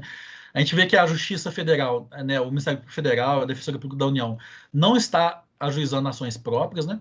Então, esse âmbito ficou delimitado aqui no âmbito estadual. Né? O Ministério Público Federal e a AGU e a Defensoria Pública da União até atuam nessas ações aqui, mas de forma como se fossem terceiros interessados, né? Ou de forma conjunta, né? Com as entidades aqui que ajuizaram a ação. Então, o que a gente percebe aqui no caso de Brumadinho? Houve de forma menos nítida, né? Esse conflito entre instituições. Agora, teve também outras ações que foram as ações criminais, né, e as ações na justiça trabalhista, porque, como vocês bem sabem, né, os 300 mortos aí eram, em sua maioria, né, quase majoritária, né, funcionários da empresa. Né? Então, as ações, por exemplo, relativas à indenização por morte, elas estão tramitando na justiça trabalhista. Então, a gente tem aqui, na verdade, esses 5 grandes eixos, né, mas que está sendo feito de forma bastante coordenada, né, na minha avaliação, se comparado com o que foi feito lá no caso do Rio Doce. O que a gente pode fazer de análise? Né? Na minha opinião, existiu ainda um certo atropelo dessas ações, né? Por quê? Essas ações, o desastre ocorreu dia 25 de janeiro de 2019. Né? Já na madrugada dessa mesma noite, né, essas entidades entraram com essa ação. Né? Então, no plantão judicial aí do sábado, né, elas já entraram com as ações e pedindo, então, medidas de bloqueio de valores. Né? A gente poderia, talvez, questionar o fato de que essas ações foram ajuizadas, talvez, rápido demais. Né? É aquilo que o Vitorelli chama aí de tudo. Né? A gente precisa analisar como que foi o tempo dessas. Todas elas são tutelas de urgência, né, em caráter antecipado. O Vitorelli até questiona, né? Será que era preciso ajuizar de forma tão rápida, né? Será que era preciso pedir esse bloqueio de valores tão rapidamente assim? De fato, porque não existe risco nenhum para que a Vale ficasse insolvente, né? Será que não era melhor pensar um pouco melhor como que seria articulado essas ações para poder ajuizar uma ação mais coordenada, né? O que acabou que possivelmente essas entidades elas se reuniram entre si, falaram, olha, você entra com essa ação para isso, eu entro com essa ação para essa outra coisa, você entra com essa ação para essa outra coisa, beleza. Daí já pediram bloqueio de valores em relação a esses problemas. Né? Então, em poucos dias, existiam 11 bilhões de reais bloqueados aí nas contas da Vale. Então, talvez uma crítica que a gente poderia fazer, talvez essa ação muito rápida, né? Mas, de qualquer forma, né, era uma tutela de urgência em caráter antecipado. Você sabe, gente, o que é tutela de urgência em caráter antecipado? Que foi essa ação aqui que foi ajuizada? Todo mundo sabe? Né? Tá lá no artigo 300, né, do Código de Processo Civil, né? A tutela de urgência é justamente quando existe um risco, né, um risco de dano, né, e uma verossimilhança de direito, né? E aí você entra com uma ação pedindo uma tutela cautelar, uma tutela antecipada, que a gente fala em caráter antecedente, né? Por quê? Você entra com esse pedido cautelar antes da ação ser ajuizada. Você entra com esse pedido, né? Nesse caso aqui foi o bloqueio de valores da Vale, né? E posteriormente você vai entrar com a petição inicial em até 30 dias. Foi de fato o que ocorreu. Essas 3 entidades entraram com essa ação aqui em caráter antecedente, 30 dias depois elas entraram com a ação originária. Né? Por isso que eu coloquei aqui diversos números, tá vendo, gente? Isso aqui, por exemplo, no caso do Estado de Minas Gerais, a gente tem uma ação em caráter antecedente, e depois a ação principal, que foi uma emenda à petição inicial aqui da ação civil pública. Né? A mesma coisa aqui com as ações do Ministério Público. E no caso do Ministério Público ainda teve um outro porém, que olha só, o Estado de Minas Gerais ajuizou na comarca de Belo Horizonte. O Ministério Público ajuizou na comarca de Brumadinho, que é essa comarca que, esse número aqui do processo final é a comarca, tá, pessoal? Então, 0024 é a comarca de Belo Horizonte, 0090 é a comarca de Brumadinho. E aí o problema é que depois tudo foi mandado para a mesma vara, que é a vara de Belo Horizonte.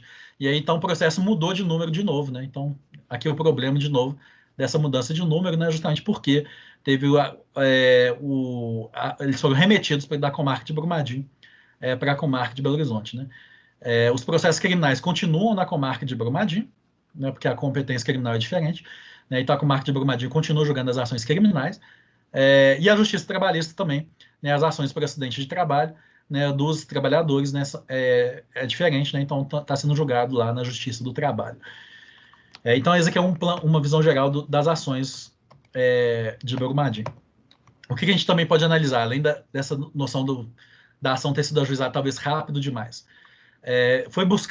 buscou-se, então, um certo compartilhamento de legitimidade. Né? Lembrando, essa foi justamente a crítica que a gente trouxe das ações lá de Mariana, não foi? As instituições estavam brigando para ver quem teria legitimidade processual. Mas aí eu me questiono, será que esse compartilhamento de legitimidade ele foi bem sucedido? Né? E aí eu responderia, de forma geral, sim. De fato, as instituições de fato conseguiram delimitar entre cada uma delas como que elas iam compartilhar essa ação judicial. Essas ações judiciais foram ajuizadas de forma concomitante, mas com objeto bem delimitado. E, além disso, elas são decididas de forma conjunta, pessoal. O juiz, quando ele profere uma decisão em uma delas, ele copia a mesma decisão para as demais. Então, na verdade, é uma ação só que está tramitando, né? Porque são 3 entidades diferentes que ajuizaram, mas as ações estão tramitando de forma conjunta, né? Estão sendo decididas conjuntamente. E, de fato, existe um certo compartilhamento de legitimidade, as instituições estão atuando de forma conjunta, né? No entanto, né, o que eu teria para dizer é que existe alguns certos conflitos ao longo do caminho. É uma coisa que eu falei com vocês lá na linha do tempo, né?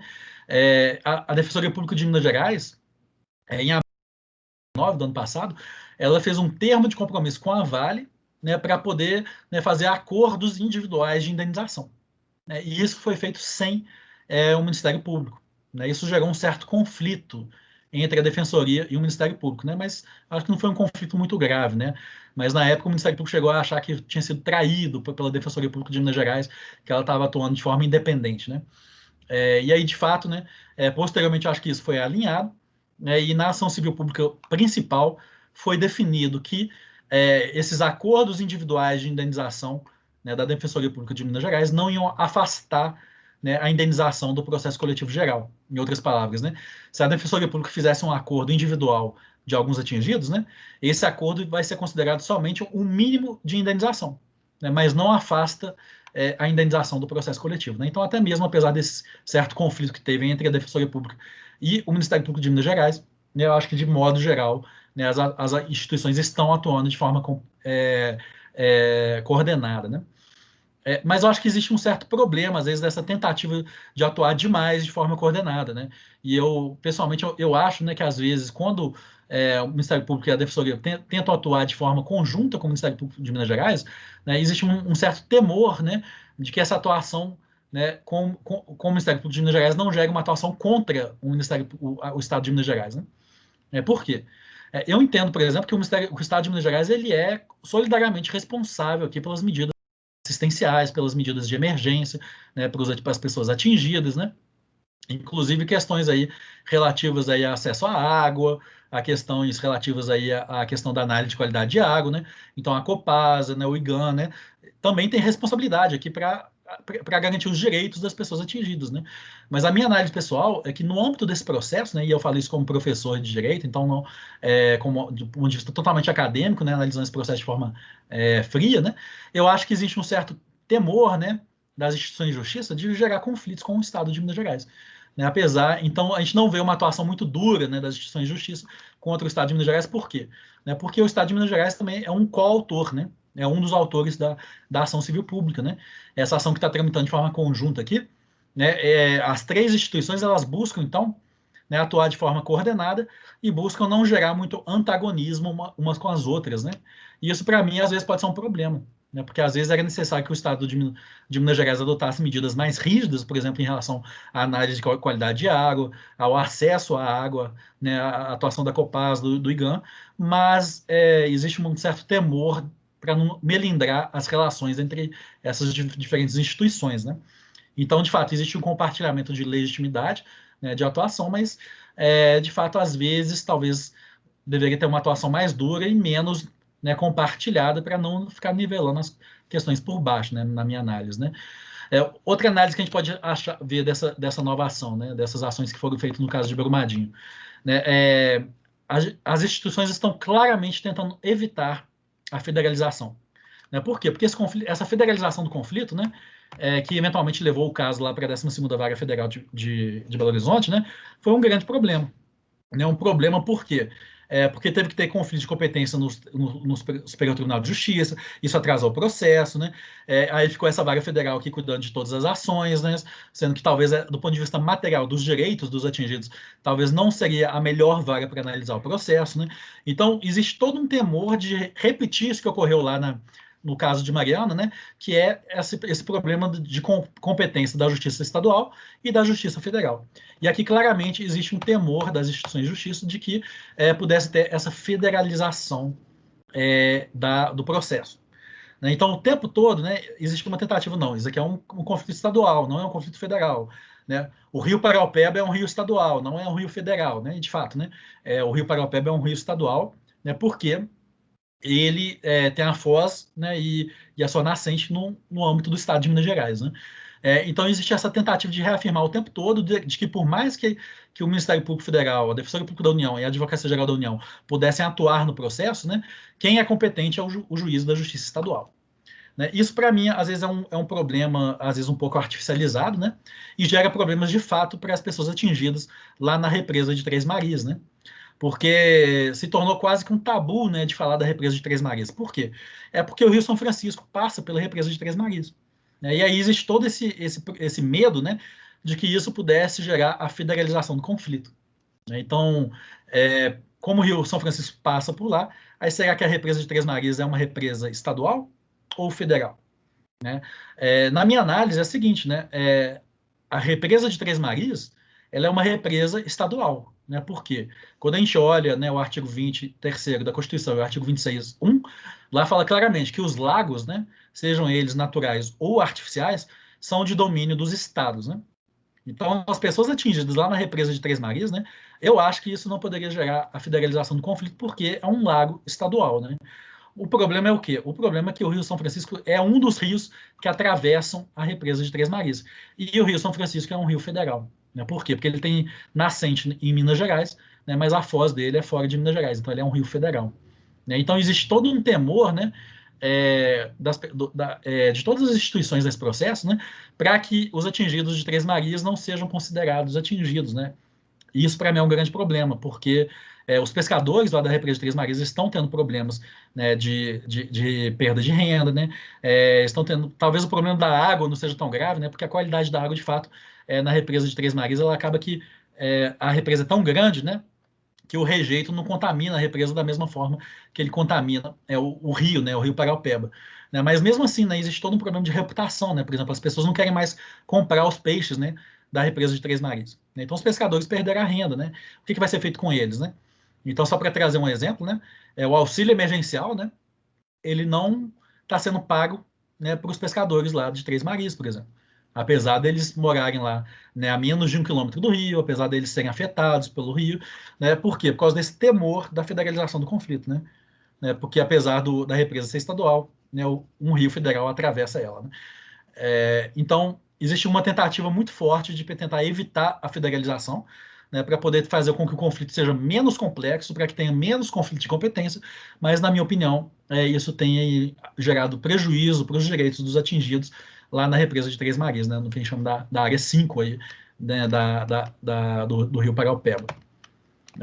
Não sei se vai ter como a gente falar dessa parte aqui, gente. Inclusive, eu vou deixar isso para depois, porque já são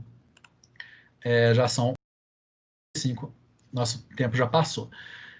Mas, enfim, gente, eu queria, então, a gente continua o tema na próxima aula, né, falando desses processos coletivos, analisando com mais detalhes, né, esses processos e os acordos que foram feitos, né, e aí fica a pergunta, se alguém quer fazer um comentário, se alguém quer fazer uma pergunta. Alguém quer comentar alguma coisa? Ana? Bom, eu quero só agradecer mesmo pela oportunidade, Pedro, foi muito construtivo, inclusive, e até mesmo para me fazer novas assimilações, agregar nas assimilações que já vêm sendo feitas em prol do projeto. Agradecer aí, apesar de que a gente não teve, né, um contato, uma troca diretamente com Janaína, com a Gessiara, com o Diogo, que aparentemente não está mais aí, mas e que semana que vem, se assim, né, eu puder, se vocês me permitirem, eu posso estar aqui junto com vocês também para a gente continuar essa análise. Ano que vem Obrigada não, porque mesmo. o nosso próximo encontro é só dia 27, por causa da semana de Dia provas. 26, 27, Eu acho que é isso, com 27, certeza. No terça-feira. próximo encontro, então. É. Tá bom? Estou à E, disposição sempre. e, Ana, acho que participou menos gente no encontro de hoje, mas está gravado para os demais alunos. E aí Sim. Um eles vão ver sua abraço fala. para eles também. Então, a Ana, gente, também ela ganhou um prêmio aí de melhor oradora em competição de direito tributário. Vocês devem ter visto ela no site da Dom Helder recentemente aí. Mas é isso, gente. Então, até o dia 27, um abraço para todo mundo, né, e a gente se vê aí no próximo encontro. Boa semana de provas para todo mundo.